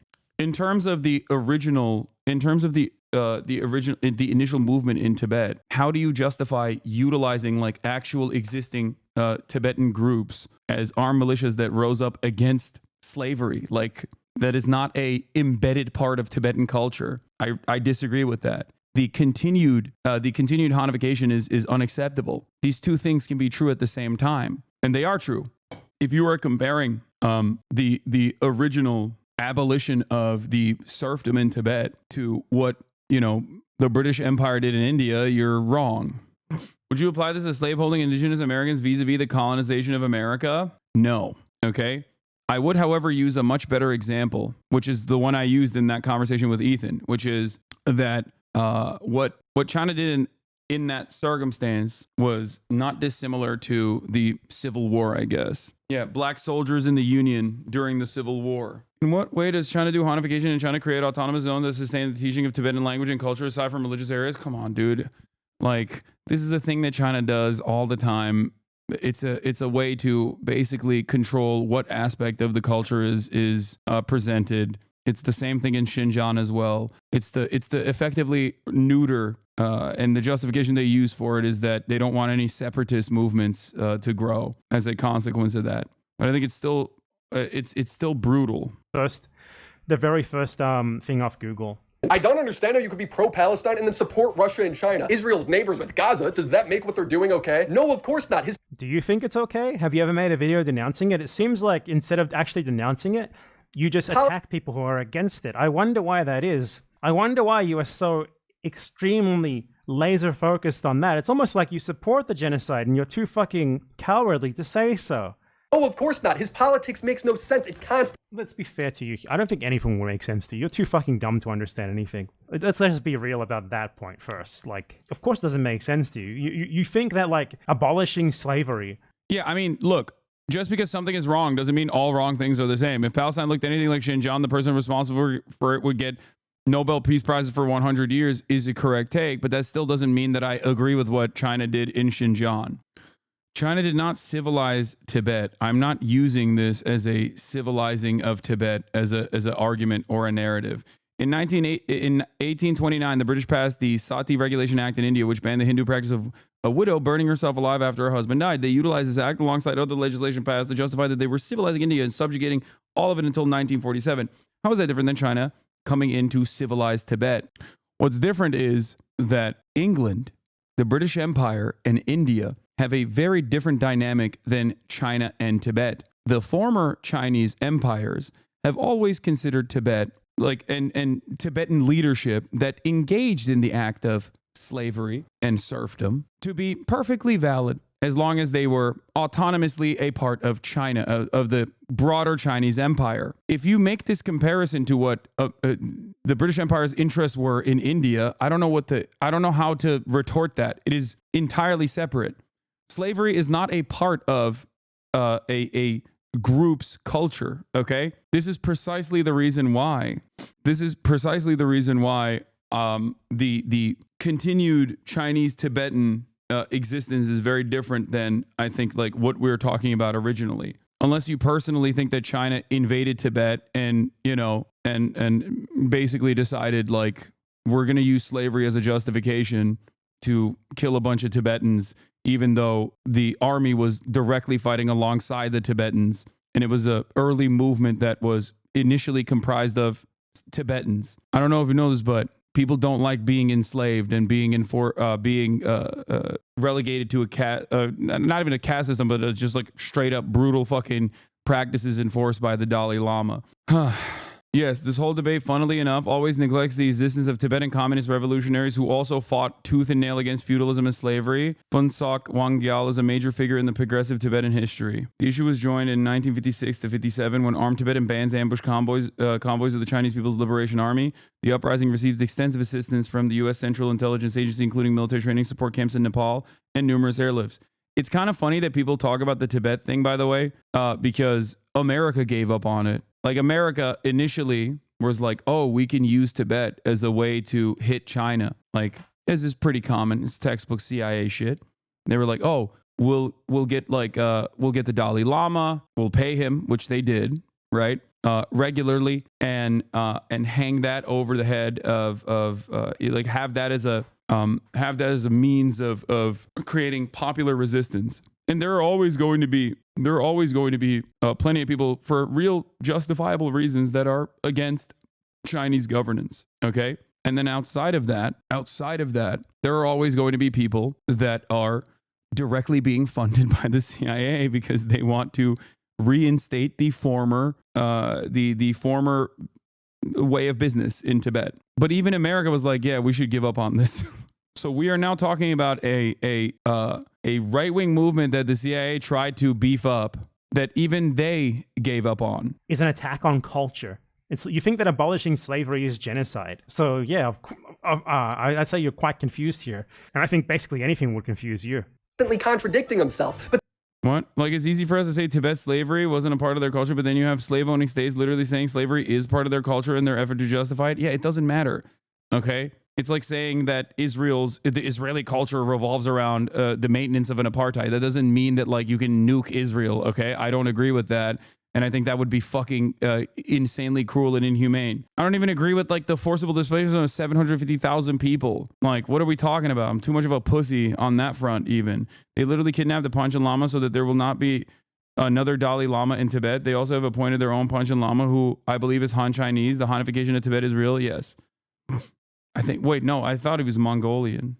Maybe I'm wrong. But then you realize that he's America bad all the time. That's it. Let me explain to you 2 principles that you should keep with you, coming from a person who's Turkish, okay? When you look at a situation in the Middle East, you look at what the local government is and who the Western forces are. Never align with the Western forces. That's a principle that you could take home with you if you want to actually be moral or if you want to be smart about... Notice how he can't actually explain to us how this is wrong? Oh, you just say America bad, America bad. Why do you talk like a 12-year-old? Why are we not able to actually engage with what is being said and just show clips? Why? You haven't responded to fucking anything this whole video. You just show clips. Again, Hassan, copyright strike this guy.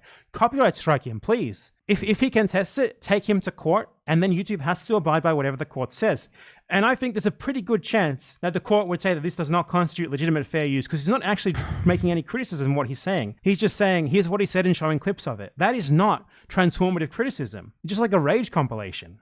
The way you analyze other countries, that's one basic principle that you can take home with you. This is the sort of slop content that should be banned under YouTube term and service. It should not be. People should not be allowed to make money off just showing clips of other people and not adding anything to them. All of a sudden, people like this should be working in McDonald's, working in the mines, not making tons of money off this shit. Magically, you are above on your foreign policy analysis. You're going to be better off than 90% of people that look at the situation. That's not what an analysis is. That's doing the same thing Sneeko does. And Hassan's always...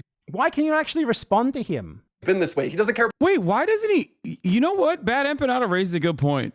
Why doesn't he ever actually counter anything I'm saying? It's kind of weird. This is like, this is 8 minutes and 47 seconds in, and there's not a single fucking talking point that he has addressed. He just misunderstands things that I'm saying, assumes that I am, adopting a position that I'm not, oftentimes the exact opposite position that I hold, like with Russia's invasion of Ukraine. And there's not even a single instance where he just like actually has like a valid counterpoint. If you watch this video and you knew the breadth of my perspective on any number of these different issues, you'd be like, I don't understand what the fuck's going on here. If you, on the other hand, watch this and you were like, yeah, I don't really know about this Hassan guy, I kind of don't understand it, maybe you would be like geared towards hating me, I guess. Not trolling, but I don't get the Tibet stance. If you're against imperialism, you should be against Chinese imperialism. Okay, we'll get back to the Tibet issue in a little bit. Okay, please. I have to move on.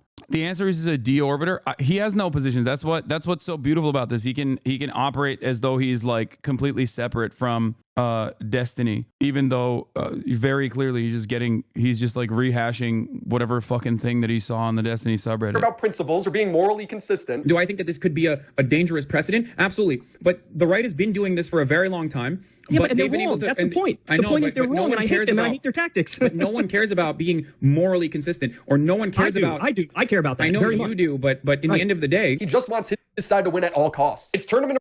Wait, what? That's a debate with Kyle Kalinske about free speech absolutism. And I don't even remember what I'm actually... Like, you can see it. You can see it says free speech absolutism. That clip is like 6 years fucking old. I don't even remember what the position that we're talking about. That is so devoid of context. I don't even know what the fuck he's trying to say here. What? Well, yeah, because his side is actually, a side that actually wants good things, and the Republicans want to institute, like, bad things. I think that's probably why he's saying that. Right? It's fucking obvious, right? You would be sitting there abiding by your principles as Hitler puts you in a camp. Well, no, he wouldn't put you in a camp. You'd be by his side. But you know what I mean. Like, playing by your morals and principles, while people who don't... You are literally explaining that people tend to care more about a narrative than the actual truth, which is literally what this loser is taking advantage of right now. Yeah, I don't even know... I think that was just like a regular conversation about like the tolerance, the way that like liberals utilize the tolerance paradox the way that Nazis utilize the liberals' tolerance paradox to just, push for a whole bunch of intolerant positions and normalize them. Ironically, that's what he is doing here as well to a certain degree. He's utilizing like liberals' tendencies to be like, well, there's certain positions that I take as truth. There are so many anti-Assam videos like this. They have their own lore and their own shorthand. A video can just be 100% dog whistling the Reddit post and get 1 million views. Yeah, I know. It's fucking nuts. It's kind of crazy because like he's clip chimping shit from like 6 fucking years ago. So much so that like I don't even know exactly what he's talking about here. Like I've lost the plot on my own fucking commentary. I don't even know what he's disingenuously framing. Play by them, work to like destroy you. It's probably not a good idea. They're running straight up terrorist propaganda for the past 10 months. Mamma mia, mamma mia, mamma mia, mamma mia. I'll be making fucking dough. If this segment is like entirely about Rashid, made 5 days ago, this is months after like all of the facts regarding what he actually is, his relation to the Houthis and stuff like that were established. Let's see what he says. Let's see if he digs himself a hole that could possibly result in a big, nice payment for our friend in Yemen. In the pizzeria. Hassan has been rewriting history when it comes to the Houthi terrorist he did propaganda for. Now he's just... What makes them terrorists? You never explained to us what terrorism is and why you think they're terrorists. Some random teenager. Random fucking Yemeni teenager. The Yemeni kid not connected to the Houthis. And he is a 19-year-old Yemeni teenager, not from the Houthi tribe, nor from the Houthi organization. This has been established for months at this point. For months. Not only does it not matter to me if he was or not, it would obviously change the dynamic of the interview if he was. Most people don't know that he isn't a Houthi or have seen his post about respecting Jews. I don't really care. They will just say, oh, he's doing PR. These are all provable lies. When Hassan initially interviewed the Houthi, it was framed as him being a terrorist. Bro, are we about to have a Houthi rebel on stream? Yes, brother. What do you mean? It was framed as him thinking that. And then he was corrected in the middle of the interview when the guy was like, no, actually, I'm just a random guy who... Yeah. Like that's... Why do people just not watch the original content ever? It's not like this shit is not like readily available, man. I don't get it. People would much rather just watch like something completely fucking clipped out of context instead of just being like uploaded TikToks. Excuse me. Of course I'm about to have I'm a journalist, okay? This is journalism. When Hassan asked if he was Houthi, the guy did not answer, instead referring to the Houthis' justification for pirating commercial ships. Wait, he did. That's just a lie. He straight up did. And not only did he do that, but every single real news outlet that has covered it since then, even fucking Fox News, openly recognizes that he is not a part of the Ansar Allah movement, nor is he a fucking militant. At most, they say he is pro the Houthi government. I don't know if he is allowed to speak on this. I don't know if he's like actually a part of the groups at all, or just like simply he said no, he doesn't actually know. He said this is just contradicting the clip that you just showed because he didn't actually know. TikToker, you know? Like, you shouldn't show clips that just contradict what you just tried to imply. You know what I mean? I don't know how to ask that in the best way possible, though. Yeah, I feel like we can ask it pretty directly. His answer is he's a Yemeni who stands with Palestine. Hassan will go on to greenlight the He's a Yemeni who stands at Palestine, so he did not say that he is a member of the organization or anything. That's your proof that he is? I think we should at least ask a decent defamation lawyer about this. Houthis' mission of attacking civilian commercial ships on behalf of him and his entire chat. We think attacking civilian. Look at his fucking face there. That is like a wow. That was incredible. Did you see him? We think the. Where is it? I feel like we can ask His mission of attacking civilian commercial Look at like the fake outrage face. ships on behalf of him and his entire Like the fake outrage face, the fake gestures, the no chin. Like he's the guy from the comic strip, and it's like, where the fuck is your chin? That's this guy. chat. We think the Houthis, Ansar Allah, is doing what Luffy would do. You should tell him that. The whole point of this interview was to make this Houthi soldier seem relatable. You know how this guy, he does not see any reason to argue, not just why this guy's a terrorist. He does not see any reason. Dude, this is like so much of the shit that I rail against, just packaged, sandwiched into one like 35-minute video. Oh my God, it's everything that I fucking despise. Remember how I always talk about Ben Shapiro? Ben Shapiro is a smart propagandist. He is a evil person in general. Okay, his worldview is awful, but he's much smarter than, like, I don't know, the average right-winger who will openly say the quiet part out loud. Okay, how does he do this? He does this by basically pointing to all of the pre-existing oppressive constructs and says, this is common sense and it's good and we should do more of it. Okay? That's what he does. And that's precisely the reason why this fucking idiot doesn't have to have any sort of tangible positions on Israel, on Yemen, on Palestine, nothing at all. He could just simply go, that's a terrorist. Hassan loves terrorists. And that's it. No explanation of what terrorism is. No explanation of what these movements are, how they actually evolved into what they are now, how they gained prominence or power. Okay? What their goals are, and people will just eat it up and they'll go, wow, I can't believe this guy that's trying to offer context to all this stuff is actually also bad. He's evil. He's bad and evil. I've already been primed into thinking that everyone here is bad and evil if they are outside of the orbit of American influence. From what I can recall from the interview, the kid was also forgiving towards Emirati Saudi people's desire their government intervention in Yemen. From my perspective, he seemed like a kid who wanted Sunni Shia and honestly just global unity to oppose Israeli crimes. Yeah, I mean, I think, as far as I understand, that's like the most common, that's the most common Yemeni position now. But yeah, I think, like, ironically enough, none of this touches on the actual ideologies, the actual history, anything whatsoever. It's just packaged in a way to attack the person speaking. Okay, if you just say, lol, this guy actually is disingenuous because I clipped him out of context over and over again and claimed that he was arguing for certain things when he was arguing against those things, okay, then, you know, I can just say he's disingenuous and stupid, and people who also are not very knowledgeable on these issues will then just go along with it. Like, there is not a single argument that he's made in any of this. The only argument is basically just him saying Hassan is disingenuous and inconsistent, which is one, I think, of the funniest things you could say about me, because literally you can go back basically fucking 10 years and you will see me advocating for the exact same things back then. Like, that's, I don't know how to get this through people's heads. Like, reason to argue why it is wrong to blockade ships from countries that are supporting genocide. He does not try to argue, you know, how this guy is linked to that, how the Houthis are terrorists. He does not point to any sort of specific anything. He just feels that it's a default that everyone should agree with. When if you cornered him on this, do you think he could tell you? Like, I'd love to get this guy on stream and say, okay, hands up, show us your hands, no Googling. Explain to us in 5 minutes or less how and why the Houthis are terrorists. Not even that guy, how the Houthis are terrorists. I would fucking love to know that. He's just like me and you. One of his viewers would point this out and Hassan would tell him to shut up. Maybe explain why you're trying to get this type of humanizing information from. Okay, shut up, chatter. Come on. It's not like, that's crazy. What does he have to say to dumbass? Yeah. Why am I humanizing a 19-year-old who's only known genocide his entire life. Okay. Yeah. That's really fucked up, dude. Masses that consider him to be a terrorist. What does he think about that? Ask me that question. I just banned one of those stupid fuckers in the chat just now. She says, who are they? Just fucking dumbasses. Wow, what an insightful interview. When a viewer offered a real question for Hassan to ask, Hassan... A real question? What do you mean? That's not a real question.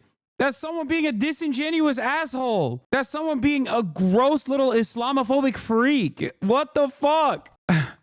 What the fuck? That's so crazy. Why humanize a person was the inquiry, was the question.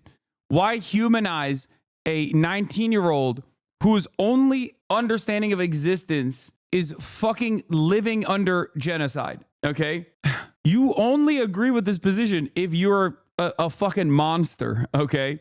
You only agree with this position if you're a monster and that you also have associated this person with whatever fucking false idea that you have of what he represents. Ignores it, instead asking about food. Okay, what else do I want to ask? What else do I want to ask? So, like, I mean, he's... What real question? Ask him if he would stop going on boats if Israel stops the genocide. I mean, yeah, he's going to say yes, chat. They've already said that. That's why the blockade is being carried out, to stop the genocide. And for one, he's not even doing that.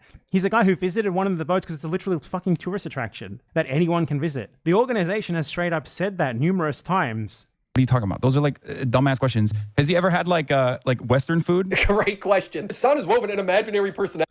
How dare you treat this? Wait, why would I reassert that same position? Like, does this fucking idiot actually think this dude, who's not even associated with the fucking Ansar Allah administration, is going to say, no, we love taking over ships, we're gonna keep doing it? Like, is that what like, I'm scared? Is that the assumption here? The implication is that, like, I'm afraid that the truth is gonna come out? Is that what he thinks? This guy from Yemen, like a 19-year-old guy from Yemen, how dare you treat him like a human being? How dare you try to have a conversation with another human being rather than treating him like a terrorist because of his nationality and the fact that he's against Israeli genocide? Like, if you think a 19-year-old from Yemen is in the cut and is like inside of the inner workings of the Ansar Allah movement, I don't know what to tell you. You're a fucking idiot. You know what I mean? It's like interrogating your 19-year-old cousin about what Trump is going to do next. The fuck? How is he supposed to know? He doesn't know anything. Also, we already have the answer to that question. The Ansar Allah movement has very openly declared that the only reason why they're fucking doing that is because of Israel's genocide in Gaza, and that it would 100% immediately stop as soon as the genocide in Gaza stops. They have said it time and time again. I don't know what else to say about this. How dare you? How dare you, Mr. No Chin here? He's enraged by that. He can't explain to you how and why this guy is a terrorist. He can't even explain to you why the Houthis are terrorists. And for the record, this guy is obviously not even connected to them in any formal manner. But how dare you ask normal questions about himself? They are not to be humanized. For this guy, where he's not a Houthi, he's not anti-Semitic, he's basically just Anne Frank. First of all, he wasn't Houthi. I asked him. He was like, I'm not. This never happened in his interview. He's just lying. When the pirate was... Yes, it did. Yes, it did. Wait, what? You showed the clip where he literally said, I'm not a part of any movement. I'm just a Yemeni who wants the genocide to end. What the fuck? You literally showed the clip and then you said, I don't believe him. I'd be careful, Hassan. Looks like there's a conspiracy to slow roll you into a complex of mistakes again. What? It's kind of funny because like the weirdos in DGG were like also, I think they had him in a Twitter space or something, Rashid. And they were like, are you part of the Ansar Allah movement? Are you a part of the Ansar Allah movement? And apparently he like responded as like, no, I'm not. Or something like, he misunderstood what they were saying and said like, the people of Yemen support the Ansar Allah movement. Of course they're going to say that. That's like their government, okay? Including people who literally had fought in direct combat against the Ansar Allah movement since the blockade was implemented, have said, we're putting down our arms. We are now, one. We're all against the genocide in Gaza, and we are all a part of the same movement. So he said, I don't really remember exactly what his response was. Either he said the Houthis are Yemenis, or he said that like the people of Yemen stand with Houthis or something. I don't know. But they misunderstood what he was saying and only used Google Translate to understand what he was talking about. I think he said every Houthi is Yemeni and didn't understand. Yeah, I don't fully remember what it was because I don't fucking keep up with this person at all until it, is directly put in front of me. But because most people don't fucking speak Arabic, they just basically said, "Oh, it's proof." He said he's a Houthi, and they ran with it. Asked if he was a soldier on. The pirate was so he's a pirate. He's a Houthi terrorist. He's all of these things that you would need to actually prove in court. Instagram, he replied yes. Now his Instagram was banned. But oh, here, this is it. Racist Americans from the community of the pro-genocide streamer Destiny asked Rashid al-Haddad, "Are you a member of Ansar Allah?" Rashid al-Haddad's response, "No, I am just a Yemeni citizen who stands with Palestine." لا أنا فقط مواطن يمني أقف مع فلسطين. No, I am just a Yemeni citizen who stands with Palestine. What is this? Rashid al-Haddad destroys Ethan Klein. Ethan Klein is a nobody. He's acting like a child. He's speaking nonsense. I swear he does not know anything. He tries to take attention away from what's happening in Palestine. Rashid al-Haddad rejects slanderous anti-Semitism allegations against him. We do not hate the Jews. We respect every Jew Christian who stands with Palestine. We do not confuse them with Zionists. He debunks anti-Semitic conspiracy theories. We all know that America is at the head of Israel. Rashid al-Haddad rejects the terrorist label. He's a civilian. He says it's actually Israel who is terrorist and creates wars. Rashid, racist Destiny fan asks Rashid al-Haddad, what he thinks about queers for Palestine. We stand with anyone who stands with Palestine, no matter how they identify. Ask him what he thinks about queers for Palestine. يقول لك حركة المثليين الجنسيين اللي يدعمون فلسطين كبيرة في الغرب، هل تدعمهم؟ والله يعني أي شخص يقف مع فلسطين يعني كلنا نشكره أيا كان، يعني أيا كان جنسيته، هذا ما يخصنا شيء الجنسية، أهم شيء إنه وقف مع فلسطين فأجره عند الله. He says anyone who stands with Palestine, we stand with them, no matter how they identify. So it's kind of crazy that, like, overall, these fucking rabid Diddy G fans, okay, Diddy G fans, are just like targeting a fucking random 19-year-old in Yemen and trying to talk to him on Twitter, not as like a fact-finding mission whatsoever, but to like smear him in bad faith. But also, he very clearly is like, nah, dog, which is ironic because he literally said this about Jewish people in America as well in our conversation. When I asked him about that, the translator has such an American accent. It sounds like me in Quran memorizing practice when I was 8. Yeah. So one must first ask the question, why are they even doing this? And I know what the reason is because they want to clip him out of context. And even when they don't get the actual fucking context, even when they don't actually get the fucking, thing that they want to get out of it, they still turn around and slander the dude anyway. And they don't even give a fuck about this 19-year-old. The only reason why they're doing it is so that they can fucking grab onto this and be like, Hassan interviewed a terrorist. We stand with him and just like that. بعيدا ولكن عندما نقول إسرائيل إرهابية أنتم تشاهدوا ما تفعل إسرائيل هل يحرق طفل عمره لا يتعدى سنتين. But when we say Israel is terrorist, you see what Israel does. It burns a child who is not more than 2 years old. فالشعب اليمني يقول أن يرفعوا الحصار عن فلسطين وأن يذهبوا عنهم بعيدا فقط. Who would win a rabid fan base trying to get a gotcha or a 19-year-old Yemeni kid? It seems like هذا ما يريده الشعب اليمني. الشعب اليمني لا يريد الحرب أو الإبادة الجماعية فقط يريد السلام. The Yemeni people say about lifting the siege on Palestine and that they should go away from them. This is what the Yemeni people want. The Yemeni people do not want war or genocide. They only want peace. الجميع يريد السلام ولكن إسرائيل هي الإرهابية وهي من تنشئ الحروب وهي من تفعل وتقتل وتنهب وتسرق وتأكل. Everyone wants peace, but Israel is the terrorist and it is the one who creates wars and it is the one who does, kills, loots, steals and eats. قل لها Okay, I'm done. I just like so fucking ridiculous. But this was still documented in news articles. What does it mean if he's a soldier anyway? Let's say that he was a soldier. By the way, Hila Klein said that she was a soldier. So, okay, let's say that he said that he was a soldier. Could you explain how that makes him a terrorist exactly? Is being a Yemeni and being a soldier terrorist? At the time. And who is the current government? He's also said he's a civilian. Like, I think like a lot of this also gets lost in fucking translation. He has repeated time and time again that he's a fucking civilian. Governing body in Yemen, it's the Houthis. Stop believing. Oh, so the Houthis, you recognize the Houthis as a legitimate government of Yemen. Thank you for that.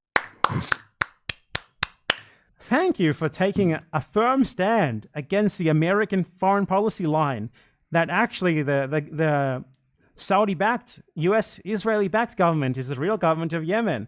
Thank you for your recognition. We appreciate it. Terrorist? In this live from Hassan. Many people said, oh, he's hiding it. He's PR trained, which is really funny to say about like some random Did you look at that guy? Did you PR trained? dude who can't even speak English. You said that. It was because he wouldn't answer the only 2 serious questions you asked. Oh, okay. That's interesting. I mean, I don't know. I feel like he's very media trained, surprisingly, but okay. Now, I used to think Hassan just had 0 critical thinking skills, but Wait, yeah. In that moment, I thought that like the way that he was communicating was much fucking better than how I would expect a random 19-year-old to communicate. If you fucking encountered a random 19-year-old, this doesn't mean that he is like a part of the fucking Houthi PR. Like what the fuck? Oh my God. Oh my God. the truth is he's doing propaganda. And I asked him like, what do you think about Jewish people? What if I were to tell you that like Jewish people are leading the anti-Zionist movement in America? And he was like, that's great. I love them. That's awesome. Anyone who's against Israel is my friend. Even here, Hassan is completely over-embellishing what was said. No, I'm not. That's like almost verbatim. First of all, it's like literally a year ago that I conducted this interview. Okay? A year ago. And nobody gave a shit. They only brought this back again to be like, we need to cancel this man. Ask him what he thinks about the fact that in America, some of the like leading groups that are pro-Palestine are led by Jewish people who are anti-Israel. How does he feel about that? He's saying anyone that supports Palestine, we're with. Hell So yeah. yeah. Good shit. That's it. So wow, I really rewrote history there. Hold on. How did I rewrite history there? What? Critical thinking skills, but the truth is he's doing propaganda. And I asked him like, what do you think about Jewish people? What if I were to tell you that like Jewish people are leading the anti-Zionist movement in America? And he was like, that's great. I love them. That's awesome. Anyone who's against Israel is my friend. Even here, Hassan is completely over-embellishing what was said. Ask him what he thinks about the fact that in America, some of the like leading groups that are pro-Palestine are led by Jewish people who are anti-Israel. How does he feel about that? He's saying anyone that supports Palestine, we're with. Hell yeah. Bro, I'm sorry. You have to literally be barely sentient if you watch that video. If you watch this video on its own, the Willie Mack video, and you go, damn, he really got you there. Like, yeah, it's a fucking interview from 10 months ago. Yeah, I don't remember. The got him is that he didn't say I love them, I guess. Yeah, except he has said it in other circumstances since then. So what do you mean? Yeah, I fucking didn't. I didn't make the accurate accounting at the time of an interview from 10 months ago. He didn't say he loves them. Here he is saying it here, okay? Here. ونحن لا نكره اليهود نحن نحترم كل يهودي يقف مع فلسطين. We do not hate the Jews. We respect every Jew who stands with Palestine. ولكن أريد أن أقول لكم أننا نعلم أن هناك من اليهود والمسيحيين من يقف مع القضية الفلسطينية ونحن لا نخلطهم بين الصهاينة. But I want to tell you that we know that there are Jews and Christians who stand with the Palestinian cause, and we do not confuse them with Zionists. وجميعنا نعلم أن أمريكا هي على رأس إسرائيل. We all know that America is at the head of Israel. وأنا أشكر جميع اليهود الذين يقفوا مع فلسطين. أقول لكم استمروا. I thank all the Jews who stand with Palestine. I tell you to continue. Oh yeah. Good shit. That's it. Okay. How is that like contradictory to what Hassan said he said? Any plans to explain? That's all he said. The same media-trained answer he's been giving Hassan all night. Hassan goes on and compares him to Anne Frank. Like he is a person whose only experience is like, it's literally like, yeah. Do you not know anything about fucking Yemen? Yemen was subjected to a 10-year fucking long Saudi American Israeli genocide. He's 19 years old. This guy, when that began, he was a fucking child. He was like 9, 10. So yeah, comparing him to another child who endured genocide, yeah, I would say that is a fair comparison. It's a way fairer comparison than any of the comparisons that you've made here. You compared fucking wanting to abolish slavery to wanting to genocide people for having an inferior culture. I don't know. I don't know about your capacity to make apt comparisons here. Like talking to fucking Anne Frank, basically. Okay, being able to talk to Anne Frank in real time. Now I don't remember Anne Frank being part of a militia group that boarded commercial vessels and took cap. So if Anne Frank was a part of the Warsaw Ghetto Uprising, do you think that it would be invalid? If I had the capacity to talk to someone who participated in the Warsaw Ghetto Uprising, do you feel like that would be inappropriate? No, the only difference here is that you think brown man bad, brown man terrorist, brown man, even if he's, brown child only experiences genocide, only understanding of the world revolves around being genocided, is still bad. Okay? You know what? Maybe Anne Frank should have been. Okay, to be fair, he probably doesn't know what the fuck the Warsaw Ghetto Uprising was. So, because he's an absolute moron. Part of a militia group that boarded commercial vessels and took captives. Maybe she should have. I wish she would have. Are you against blockades on Nazi shipping? Are you against Jewish resistance to Nazi shipping? Do you think that if Anne Frank was a member of a resistance group, she would have been a terrorist? That's the implication that you're making here. And I'm not sure. That's insane. That's an insane fucking thing to say out loud. Who the fuck would agree with this? Why are people are so stupid, dude. I genuinely thought that there was in the past, I genuinely thought that there was an ideological disagreement between me and my interlocutors and my haters. Now I'm beginning to realize that there is none. Okay, they're just stupid. Not to say that my naysayers who are ideologically minded aren't stupid. They are too. But no, this guy is just, he doesn't know anything. He doesn't understand anything. It is shocking. It is legitimately shocking how stupid Willie Mack is. I almost want to watch the rest of this fucking video, which I suspect BadEmpanada tunes out from because he's like, this is the dumbest thing I've ever seen. About you taking that route, it's a pretty bad one. You might want to backtrack that. Defending people who were murdered by the Nazis by saying they didn't even take up weapons is implying that if they did, it would have been wrong. You get that, right? These people did. They took up arms against the people who wanted to wipe them out. The Saudis, the Americans, the Israelis. And they grew so strong that as a result of that, they are now able to blockade ships from countries that support... This is the caliber of Ethan's arguments against you too. They're almost identical. Oh my God. An ongoing genocide in another country. They don't have to do that. They choose to do it. And good on them for doing so. If only Anne Frank had survived to be able to do something like this. Shooting missiles at commercial ships that have nothing to do with their stated mission. Missiles at commercial ships that have nothing to do with their state mission. No connection to Israel. Do you know that basically every single ship, every single country in Europe, the US, Canada, Australia, fucking supports Israel? Out the fucking ass. Weapons, trade, everything they could ever want. They get it. Diplomatic support. They get it. So just saying the ship has no connection with Israel specifically is an obvious lie because by proxy, by that, every fucking ship there has a connection to Israel. Could you imagine this guy arguing against... Yeah, it's going through Israeli ports. A British blockade on Germany in World War II, saying but they're attacking ships from pro-Axis countries as well. By the way, he's mad at you on IG right now because your platform BadEmpanada. Yeah, I don't care. Okay. Yeah, dude, I know. Wow, Ethan Klein is mad at me. I'm shocked to find out. That's crazy. Please, thank you guys. Thank you for informing me. So what is different than yesterday or the day prior? He doesn't give a shit. Dude, he's been basically rehashing how pro-Russia I am on his fucking podcast. He moved on from Israel and now he's moving down the fucking fuck Hassan drama content farm. He's become no different than Willie Mack Show or any number of different Destiny orbiters that make these idiotic fucking videos. The day before that, or a couple days before that, he literally said that I was gatekeeping genocide. He's calling you his friend again too? Yeah, it's so disingenuous to call me friend to try and fucking farm sympathy in the process of deliberately trying to get me and everyone around me deplatformed. Come on, dude. I don't think that's what friends do. After a year of me being so fucking gracious and so understanding and literally defending Ethan's positions over and over again, not fully knowing the scope of his commentary on this process, but knowing that at a certain point in the past, he had actually said things that were objectively pro-Palestine, objectively pro-Palestinian, hoping that maybe people were misunderstanding him. Okay? Friend. Yeah, he only uses that. He only deploys friend as a statement to invoke sympathy, to be like, oh, look, I'm the one who's being fucked over by my friend. Do people not understand? Stop talking about H3, my man, chill. It's just so frustrating. Do you just assume that people don't see all the shit you're doing? Of course they see it. They think you're being fucking crazy because you are. What is this? In the same podcast where Hila Klein called Yoav Golan a really good guy, she said Hassan hides his extremist views and that here and there he'll say something really crazy. You may miss it, so you think that he's normal. That's what I've learned about Hassan over time is that he doesn't show his full extremist views easily.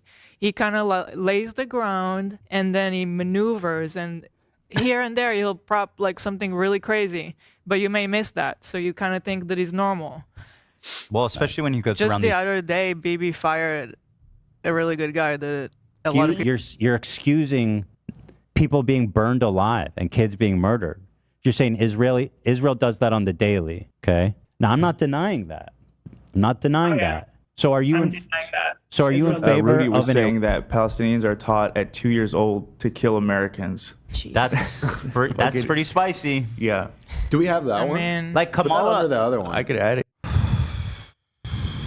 Yeah, I'm the fucking extremist. Like, that's crazy, man. That's extremism. Also, what do you mean? Every now and then, people find out like how extremist he is. Like, Ethan knew that I was the America Deserve 9/11 guy. What the fuck are we talking about? He had the charity to comprehend what I meant when I said that. He literally, we had a podcast together. What the fuck? I'm not only honest to a fault, but I'm very stubborn about my positions. Like, I won't let it go. A normal person in this process would have probably dropped a random Yemeni teenager from discourse immediately, especially with the full understanding that, like, no matter what I say, people are still going to be like, nah, that's a terrorist, dog, and you're a terrorist lover, okay? A person who cares about, does not care about the truth, but cares about, like, optics alone, that wants to, I guess, quote unquote, grift, would have never talked about that shit. A year later. And good on them, honestly. Against Israel. But Anne Frank had a diary. This guy had Twitter, so let's read it. Here's him saying you shouldn't be afraid of the Houthi unless you're a Jew. They are very afraid of this title. Here's him. So one of the things that these people like to do is they like to weaponize the fact that if you are in the Middle East, Jew is synonymous with Israeli. And the reason for that is that the Israelis have made it synonymous. They like that. Israel, Zionists have worked to make Jew synonymous with Israeli all throughout the world, because they want people to believe that, like, for one, to be Jewish is something incredibly special, and for two, to be Jewish means to be a Zionist. So when you are a Yemeni and you have a genocide being conducted against your country for a decade by the Saudis, supported by the US, who is the principal enabler of Israel, and the Israelis themselves, what does Jew mean to you? It means Israeli. It means these people have just supported. So they use that as a synonym with no regard, as anyone else in the same situation would. Just as people in World War II, do you think that American soldiers fighting the Nazis only said Nazi? No, they said German. They called them Krauts. Do you know why that is? Well, because what did they know of Germans, aside from that they were fighting them and they were Nazis? Those American soldiers did not endure themselves at the hands of the Nazis anything akin to what this guy has endured, to what Yemen has endured at the hands of Zionists, at the hands of the Americans and the Israelis. So, like, the best that you have against them is that they do not make a distinction that, to be clear, Israel does not even want them to make. It's just so self-evidently weak. Where's the poster who he's showing from the subreddit is from a 2-month-old account. Look how many times they've mentioned Hassan. What is this? I don't even know what this is, but 1,088 mentions of me is fucking insane. Does anyone have the really Norman Finkelstein clip where Norman Finkelstein talks about the Houthi flag, like the Houthi banner that says "A curse upon the Jews," which is something I've criticized over and over again. It's not ever been something that I think is appropriate or apt. That's the other part of this process. They never clipped me fucking talking about that shit too. Here, no, this isn't the clip. No, this isn't the clip. There's another one. No, this is the wrong one. That's not the one. Stop sending me gooning fascism ones, okay? No, and it's not from the podcast. No, not that one. There's a longer one. It's not this one. There's a longer one that was on my subreddit that I watched a while ago, like from a couple days ago. Oh, here. How can you support the Houthis is the question they ask them. As a Jew, you said that, Norm. Yeah, totally. The Houthi flag says, "God is the greatest, death to America, death to Israel, a curse upon the Jews, victory to Islam." Mm-hmm. Yes, I'm aware of that. How do you reconcile this? I have no problem reconciling it for this very simple reason, and you'll allow me, you can disagree, I have no problem with that. From my first conscious moments in my own life, okay, my parents loathed the Germans. They didn't loathe the Nazis. Yeah, he's likening it to the bigotry that his Holocaust surviving parents have towards Germans. And he's offering analysis to where this like hateful sentiment comes from. They loathed, they hated the Germans. In fact, I vividly recall my father once recommended me a book on the Nazi Holocaust. And I asked him, what makes this book special? And he said to me, I liked it that the author didn't talk about Nazis. He talked about Germans. Now, my parents were very decent human beings. The apple did not fall far from the tree. But I could understand that sentiment. Yeah, Ukrainians with Russians is another example. Absolutely. The only Jews the Houthis have known are the Israelis. It's a regrettable fact that they don't know, have never experienced any other kinds of Jews. I remember I once asked my mother, just out of curiosity, did you ever come into contact with a German who was decent?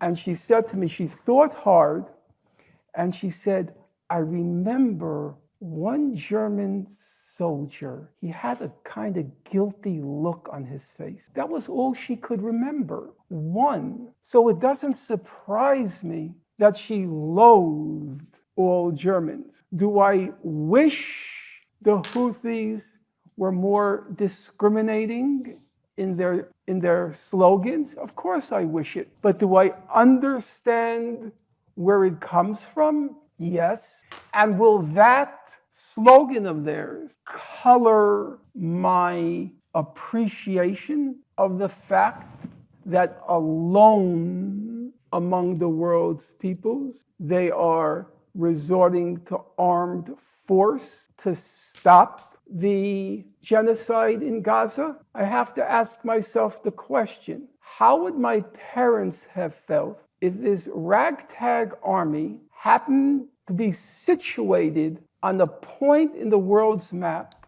where they could inflect the outcome of the final solution? And these people, this ragtag people, hailing back to the Middle Ages, they were investing all of their physical resources and moral energy to stopping the extermination. How would my parents react? Would they ask, what are their political slogans? I don't think so. That's my honest reaction. I'm not trying to be rhetorical with you. You asked me a concrete question, that's how I reasoned it through. That's it. There's a whole study being made here, but always the debate always ends with slogan bad. The Houthi slogan called Al-Sarqa, the Scream Hussein Badruddin al-Houthi movement founder, directly argued twofold that the slogan is both derived from the Quranic scripture and is a direct response to the events of 2002, that is West Bank violence, Afghanistan war, and the U.S. saber rattling against Iraq. There's a whole study to be made here, but as always, the debate always ends with slogan bad, because it is. It is. But I also try to explain to Americans that that the way that you try to understand how this kind of perspective, how people arrive at these kinds of conclusions is also important. Okay, anti-Semitism is completely unacceptable. Okay, 100%. And I have criticized the Houthi slogan in general, but my criticisms of the Houthi slogan do not factor in to what they are doing in the Red Sea. Okay, it bears no basis. Again, the leader of the Houthis uttered a slogan during the Second Intifada when he watched a famous video of a Palestinian child dying in front of his father. Like most people know nothing and don't care about contextualizing anything. Of course, it is anti-Semitic, but contextualizing it matters. Yeah. People, I think it's like Nicholas Fuentes. You know what I mean? Like they think that they got a copy of the Elders of Zion and ran along with it. And it's really interesting because that is such Western focused propaganda, specifically because and this is something that I've criticized time and time again with the Israeli president Isaac Herzog. If you remember, he would come out on a weekly basis to be like, look, we found this copy of Adolf Hitler's Mein Kampf on this baby's crib. It's a terror baby. And it's like, dog, that is so obviously a Western focused media op in that situation. Like for a Palestinian to arrive at anti-Semitic opinions, okay, they don't need to read Mein Kampf, okay? Like they don't need to read Mein Kampf in English, okay? They just see a Star of David on the side of the F-15 that bombs the fucking school, and they're like, oh my God, I hate whoever is doing this to me, and the people that are doing this to me are always falsely saying they're doing this for Judaism. That's it. Yeah. the Ansar Allah movement is mad that Jews run Hollywood. Like, that's basically what you're saying. Like, a Yemeni thinks that Jews are Israelis. A Yemeni who probably has no idea that there are Jews who don't live in Israel and don't want to live in Israel associates the country that claims incessantly that it is a representative of the Jewish people, that is made up of majority Jews who go and mass. This is also at the heart of why I stress the importance of separating anti-Semitism and anti-Zionism. Do you understand? Because that is one of the most awful things that Israel does in its endless bloody warfare, its endless campaign, its military occupation, its sovereignty that it exercises illegally over millions of Palestinians. The fact that they consistently say they're doing this for Judaism is gross and disgusting. It is no different than ISIS saying their actions are somehow for Islam, okay? But Americans don't think about it in the same way. They can't comprehend it because one is a state, the other is an anti-state militia movement. So they just they don't understand it. It's literally if prominent Muslims and Christians alike were saying no, ISIS actually does, ISIS actually is real Islam, and it's good that they're doing that. That's what it feels like whenever I hear people who are pro-Israel regularly fucking repeat that Israel is doing this stuff for Jewish people. And yes, Americans are dumb. So they think Israel is doing this for Jewish people and that ISIS is doing it for Islam or was doing it for Islam. Massacre people in all of its neighboring countries in the name of what they say is Judaism and Jewishness. You're surprised that that guy would equate Jew with Israeli, Jew with Zionist? You blame him for that, but not the people who made that happen? That's all there is to say about that. It's pretty self-evidently absurd, and imagine this fucking moron trying to argue against it. I could not imagine him trying to argue against anything, honestly. Be afraid of the Houthi unless you're a Jew. They are very afraid of this title. Here's him insulting his enemies by calling them son of a Jew. He would post pictures on the— That is a lyric to a song, I'm pretty sure. The pirated ship saying ready for sacrifice, longing for martyrdom. Okay. Longing for martyrdom? I've never heard anyone pronounce that word that way in my life. Martyrdom. What, he wants to become like a Rick and Morty character? Is that's the only way that makes any sense, my friend. I love you. Like, it's obvious how out of your depth you are, but the fact that you can't even pronounce the word martyr. Pictures on the pirated ship saying ready for sacrifice. What, ready for can you not imagine yourself? You can't imagine yourself, someone being willing to fight for something bigger than themselves, can you? All that you can imagine is fighting for the destruction of the social order so that people are driven to work for Grubhub and deliver you Big Macs for cheaper than they did before. You literally cannot believe that someone would say, yeah, I'm ready to sacrifice myself to fight for a cause bigger than mine, against the fucking genocide. To you, this is self-evidently bad. To a sane human, it is the opposite. For martyrdom. Just like Anne Frank, he actually invited Hassan to join the Houthi in operations of Israeli ships. This guy— again, he's implying that if Anne Frank and her family— It's pretty funny, he's fucking posting One Piece memes, dog. I don't think he's being serious. I don't think he's actually doing an international call to arms. Had engaged in armed resistance, it would have been okay for the Nazis to kill them. They would have been bad people. They would have been terrorists. Yeah, because that's the only distinction that he's not actually trying to make a distinction between them as people, between what they have experienced. He's rather just appealing to the fact that Anne Frank did not pick up a gun. That's the only argument that he's made. And that argument takes you to a pretty fucking dark place. Posted an illustration of what he described to be a Zionist impaled on a stake, saying the executions we will carry out on all Zionists. Okay, and what is a Zionist to this guy especially? A Zionist is someone who is currently fucking genociding people in Palestine. What if he said this is the execution that we'll carry out on all Nazis? Would that be wrong? Would that be bad? I mean, no, you would think that's— I'm sorry. Yep. The Anne Frank mention being prominently dunked on is so crazy because it literally implies that Anne Frank is not supposed to fucking hate the Nazis or even fight against them. And if she had actually taken up arms against the Nazis, that she would somehow be bad, and that I guess somehow the Holocaust would be appropriate in that moment. You can only arrive at that conclusion if you are a Nazi yourself. Yeah, you would think you're a Nazi. You would think that's fucking bad. You would talk about how it's anti-white racism. You talk about how Cracker is. This guy is anti-Semitic. The Houthi flag states "Death to America, death to Israel, a curse upon the Jews." And to I already explained precisely why that is the case. How dare they? How dare they hate Israel and the USA? How dare they hate the people who have done everything possible to make them hate them? Defends him, saying he's not anti-Semitic, he's just anti-Zionist. He made a post saying he wants to kill all Zionists and posted a picture of a Jewish person being spiked. These people are so fucking dumb. Could you imagine this idiot attempting to speak to me live? To death? I don't think that's what he... What? Yeah, I don't know. Also, I don't even give a shit. This is why this entire conversation is fucking idiotic. It's not a Jewish person. He said, this is, I think if we're, why am I held accountable for some random fucking 19-year-old in Yemen's tweets? What is happening? How many steps removed are we from this situation? How is this the conversation that you want to have right now? I fucking despise all of you, dude. Yeah. Now I got some time. But at the time when they were mad at me about this, it was like this is a 10-month-old interview. And you guys are trying to fucking make me do accountability HR for a dude in fucking Yemen who could be killed at any moment from American bombings.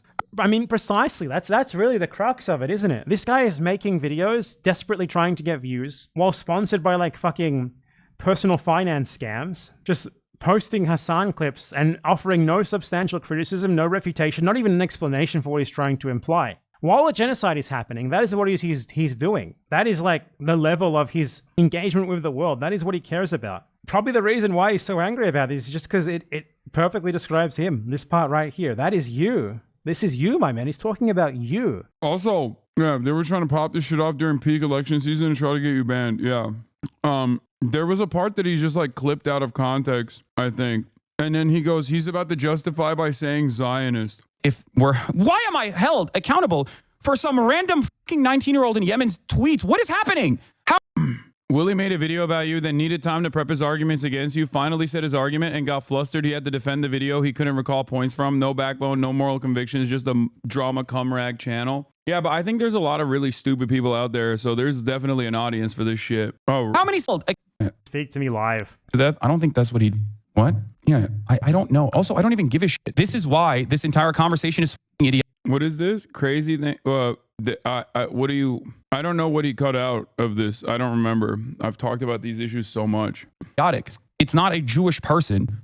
He said, this is, I think if we're... Why am I held accountable for this situation? I'm talking about like Hassan clips and offering no substantial criticism, no refutation, not even an explanation for what he's trying to imply. While a genocide is happening, that is what he's doing. That is like the level of his engagement with the world. That is what he cares about. Probably the reason why he's so angry about this is just because it perfectly describes him. This part right here. That is you. This is you, my man. He's talking about you. You're desperately trying to spin some clips of Hassan in like any which way and not even trying to explain what you find wrong with them in any sort of detail. Like not in one case have you ever actually directly dealt with it with one of them. And people are being massacred right now. Children are being blown to fucking smithereens. And this is what you're talking about. How much you like disagree with someone for reasons that you cannot explain, who is against all of that. It is so self-evidently absurd and stupid. I do. I really do. I hate all of you. You aren't responsible for his tweets, but you're... I'm happy that like there's at least one other person on YouTube that is looking at all of this and going with like some level of audience that's going like, what the fuck are you guys talking about? Like it is truly shocking. Like sometimes I do feel like in the sea of madness that I encounter online where I'm like, am I fucking crazy? Like these guys want to disingenuously frame shit and actively try to work to get me deplatformed because of the things that I say about Israel. And in an effort to do so, they will go to any lengths. Like they'll fucking doctor footage. They'll clip shit out of context. They'll mass email advertisers and mass email journalists to try to get them to write news stories with their framing. Everything is 10 seconds long. And the things in the subject matter that we're covering, the subject matter that I'm covering is fucking dense. That's the other part of this is like, the subject matter that I'm covering is not only dense, but it also requires a tremendous amount of nuance to sift through. And it's insane that like people think that a 10-second clip is enough for them to understand any number of different things here. What's wrong with this tweet? How can you argue he's not part of the Houthi? Because he posted a video about ships being sunk by the Houthis and said, to every Zionist, I will put this into your stomach. This is for you, this is evidence of him being a Houthi. Not that it would be bad if he was, but I would love for this to be taken to court and for him to be like, Your Honor, he posted a tweet saying that he wants to shoot Zionists. I rest my case. He's a former member of the Houthi organization. Constantly playing defense for this guy's anti-Semitism. I want to take a moment and talk about the word Zionist. All it means is someone who thinks Israel has the right to exist, which is... And all that Nazi means is someone who thinks that Germany has the right to exist, as a sovereign island state, right? That's all that it means, no? 90% of Jewish people. Now, Hassan, Oh, this is 90%? Oh my God. Oh my God. Oh, there it is. There's finally he makes a fucking argument. Oh my God. 14 minutes in, and he finally makes like at least one thing that we can look at as like new information that isn't just like a clip out of context that he is massaging the narrative deeply on, oftentimes directly implying the opposite of the argument that I'm making, as a matter of fact. There it is. The only argument he has is actually when someone says Zionist, they mean all Jewish people, because 90% of Jewish people are Zionists. Oh, what a stupid fucking argument, dude. Not only is it incorrect. Wait, he says Israeli Jews? Percent of Israeli Jews. That was not 90% of Jews. It was 90% of Israeli. He just equated all Jews with Israeli. What? Wait, 90% of Israeli Jews are Zionists? Yeah. That's not, okay. Oh, that's funny. Yes, we know that 10% of Israeli Jews are anti-Zionist. They're all in here at the Hasanabi broadcast. We know them. We know them by name. Israelis. Did you see that headline? 90% of Israeli Jews. So he just did the thing where you equate Israeli with Jewish. Incredible. And isn't it interesting how apparently Israel should be allowed to have a state at the expense of Palestinians on stolen Palestinian land, from which they expelled 800,000 Palestinians and have massacred hundreds. Bro, what's crazy about this argument is that, first of all, that doesn't fucking mean anything, okay? Yeah, 90% of Americans love America. I'm willing to bet that many of them don't like chattel slavery, 13% of the population right off the jump in the United States of America is black. Doesn't mean that they like chattel slavery, okay? I suspect. Relevant, not pro. Yeah, the vast majority of Israeli Jews said that the idea of Zionism is still relevant. If you look at not only the internal contradictions between like Israeli society and what the Israeli government is doing, I mean, they have fucking massive protests because they don't even, while they also don't necessarily have that big of a issue with like Israel's genocide in Gaza, even then they're like, but stop killing our fucking family members is a pretty big talking point. Okay. So like in this process, the notion of Zionism is such a vague generalization that everyone just adopts their own personal definition for it. It's very stupid. Hundreds of thousands more. Just because they're Jewish and they say they should have it. That's the logic of this guy here. It's the appeal to Jewishness fallacy. If a sufficient majority of Jews want something, that's it. You don't have to make any other argument. Done. Okay, this is taking away. There's no way I'm watching 35 minutes of this guy making a statement confidently, showing a bunch of clips that are barely even related to that statement, providing no explanation for what he thinks was wrong in that clip, and then just moving on as if he's proven his point. It's just going to be the same throughout the video. I've watched way too much of it already, but I mean, yeah. This has been your Slop Watch, and I give this Slop YouTuber a 0 out of 10. At no point did he make a coherent argument, at no point did he provide any evidence for his beliefs. It is so bad that... Wait, that is 90% status Jewish Israelis? Yes. And even for them, Zionism means something entirely different for many. However, there are large majorities of Jewish Israelis who are in agreement with the military campaign in Gaza. That has been a consistent. That's been a consistent attitude. They poll it. It's not like a hidden secret. I am diametrically opposed to that, and I think that is wrong. And I also personally don't think that has anything to do with Judaism whatsoever. That's it. I think it's ridiculous to claim that all Jews actually love that shit, and it's actually unimaginably anti-Semitic, according to the IHRA definitions too, by the way. So legitimately, if you took this to court for a violation of fair use principles, it would not pass. It would not pass the fair use test. Yeah, I'm not gonna do that. Good video though. This guy says slavery was apolitical, by the way. Wait, what?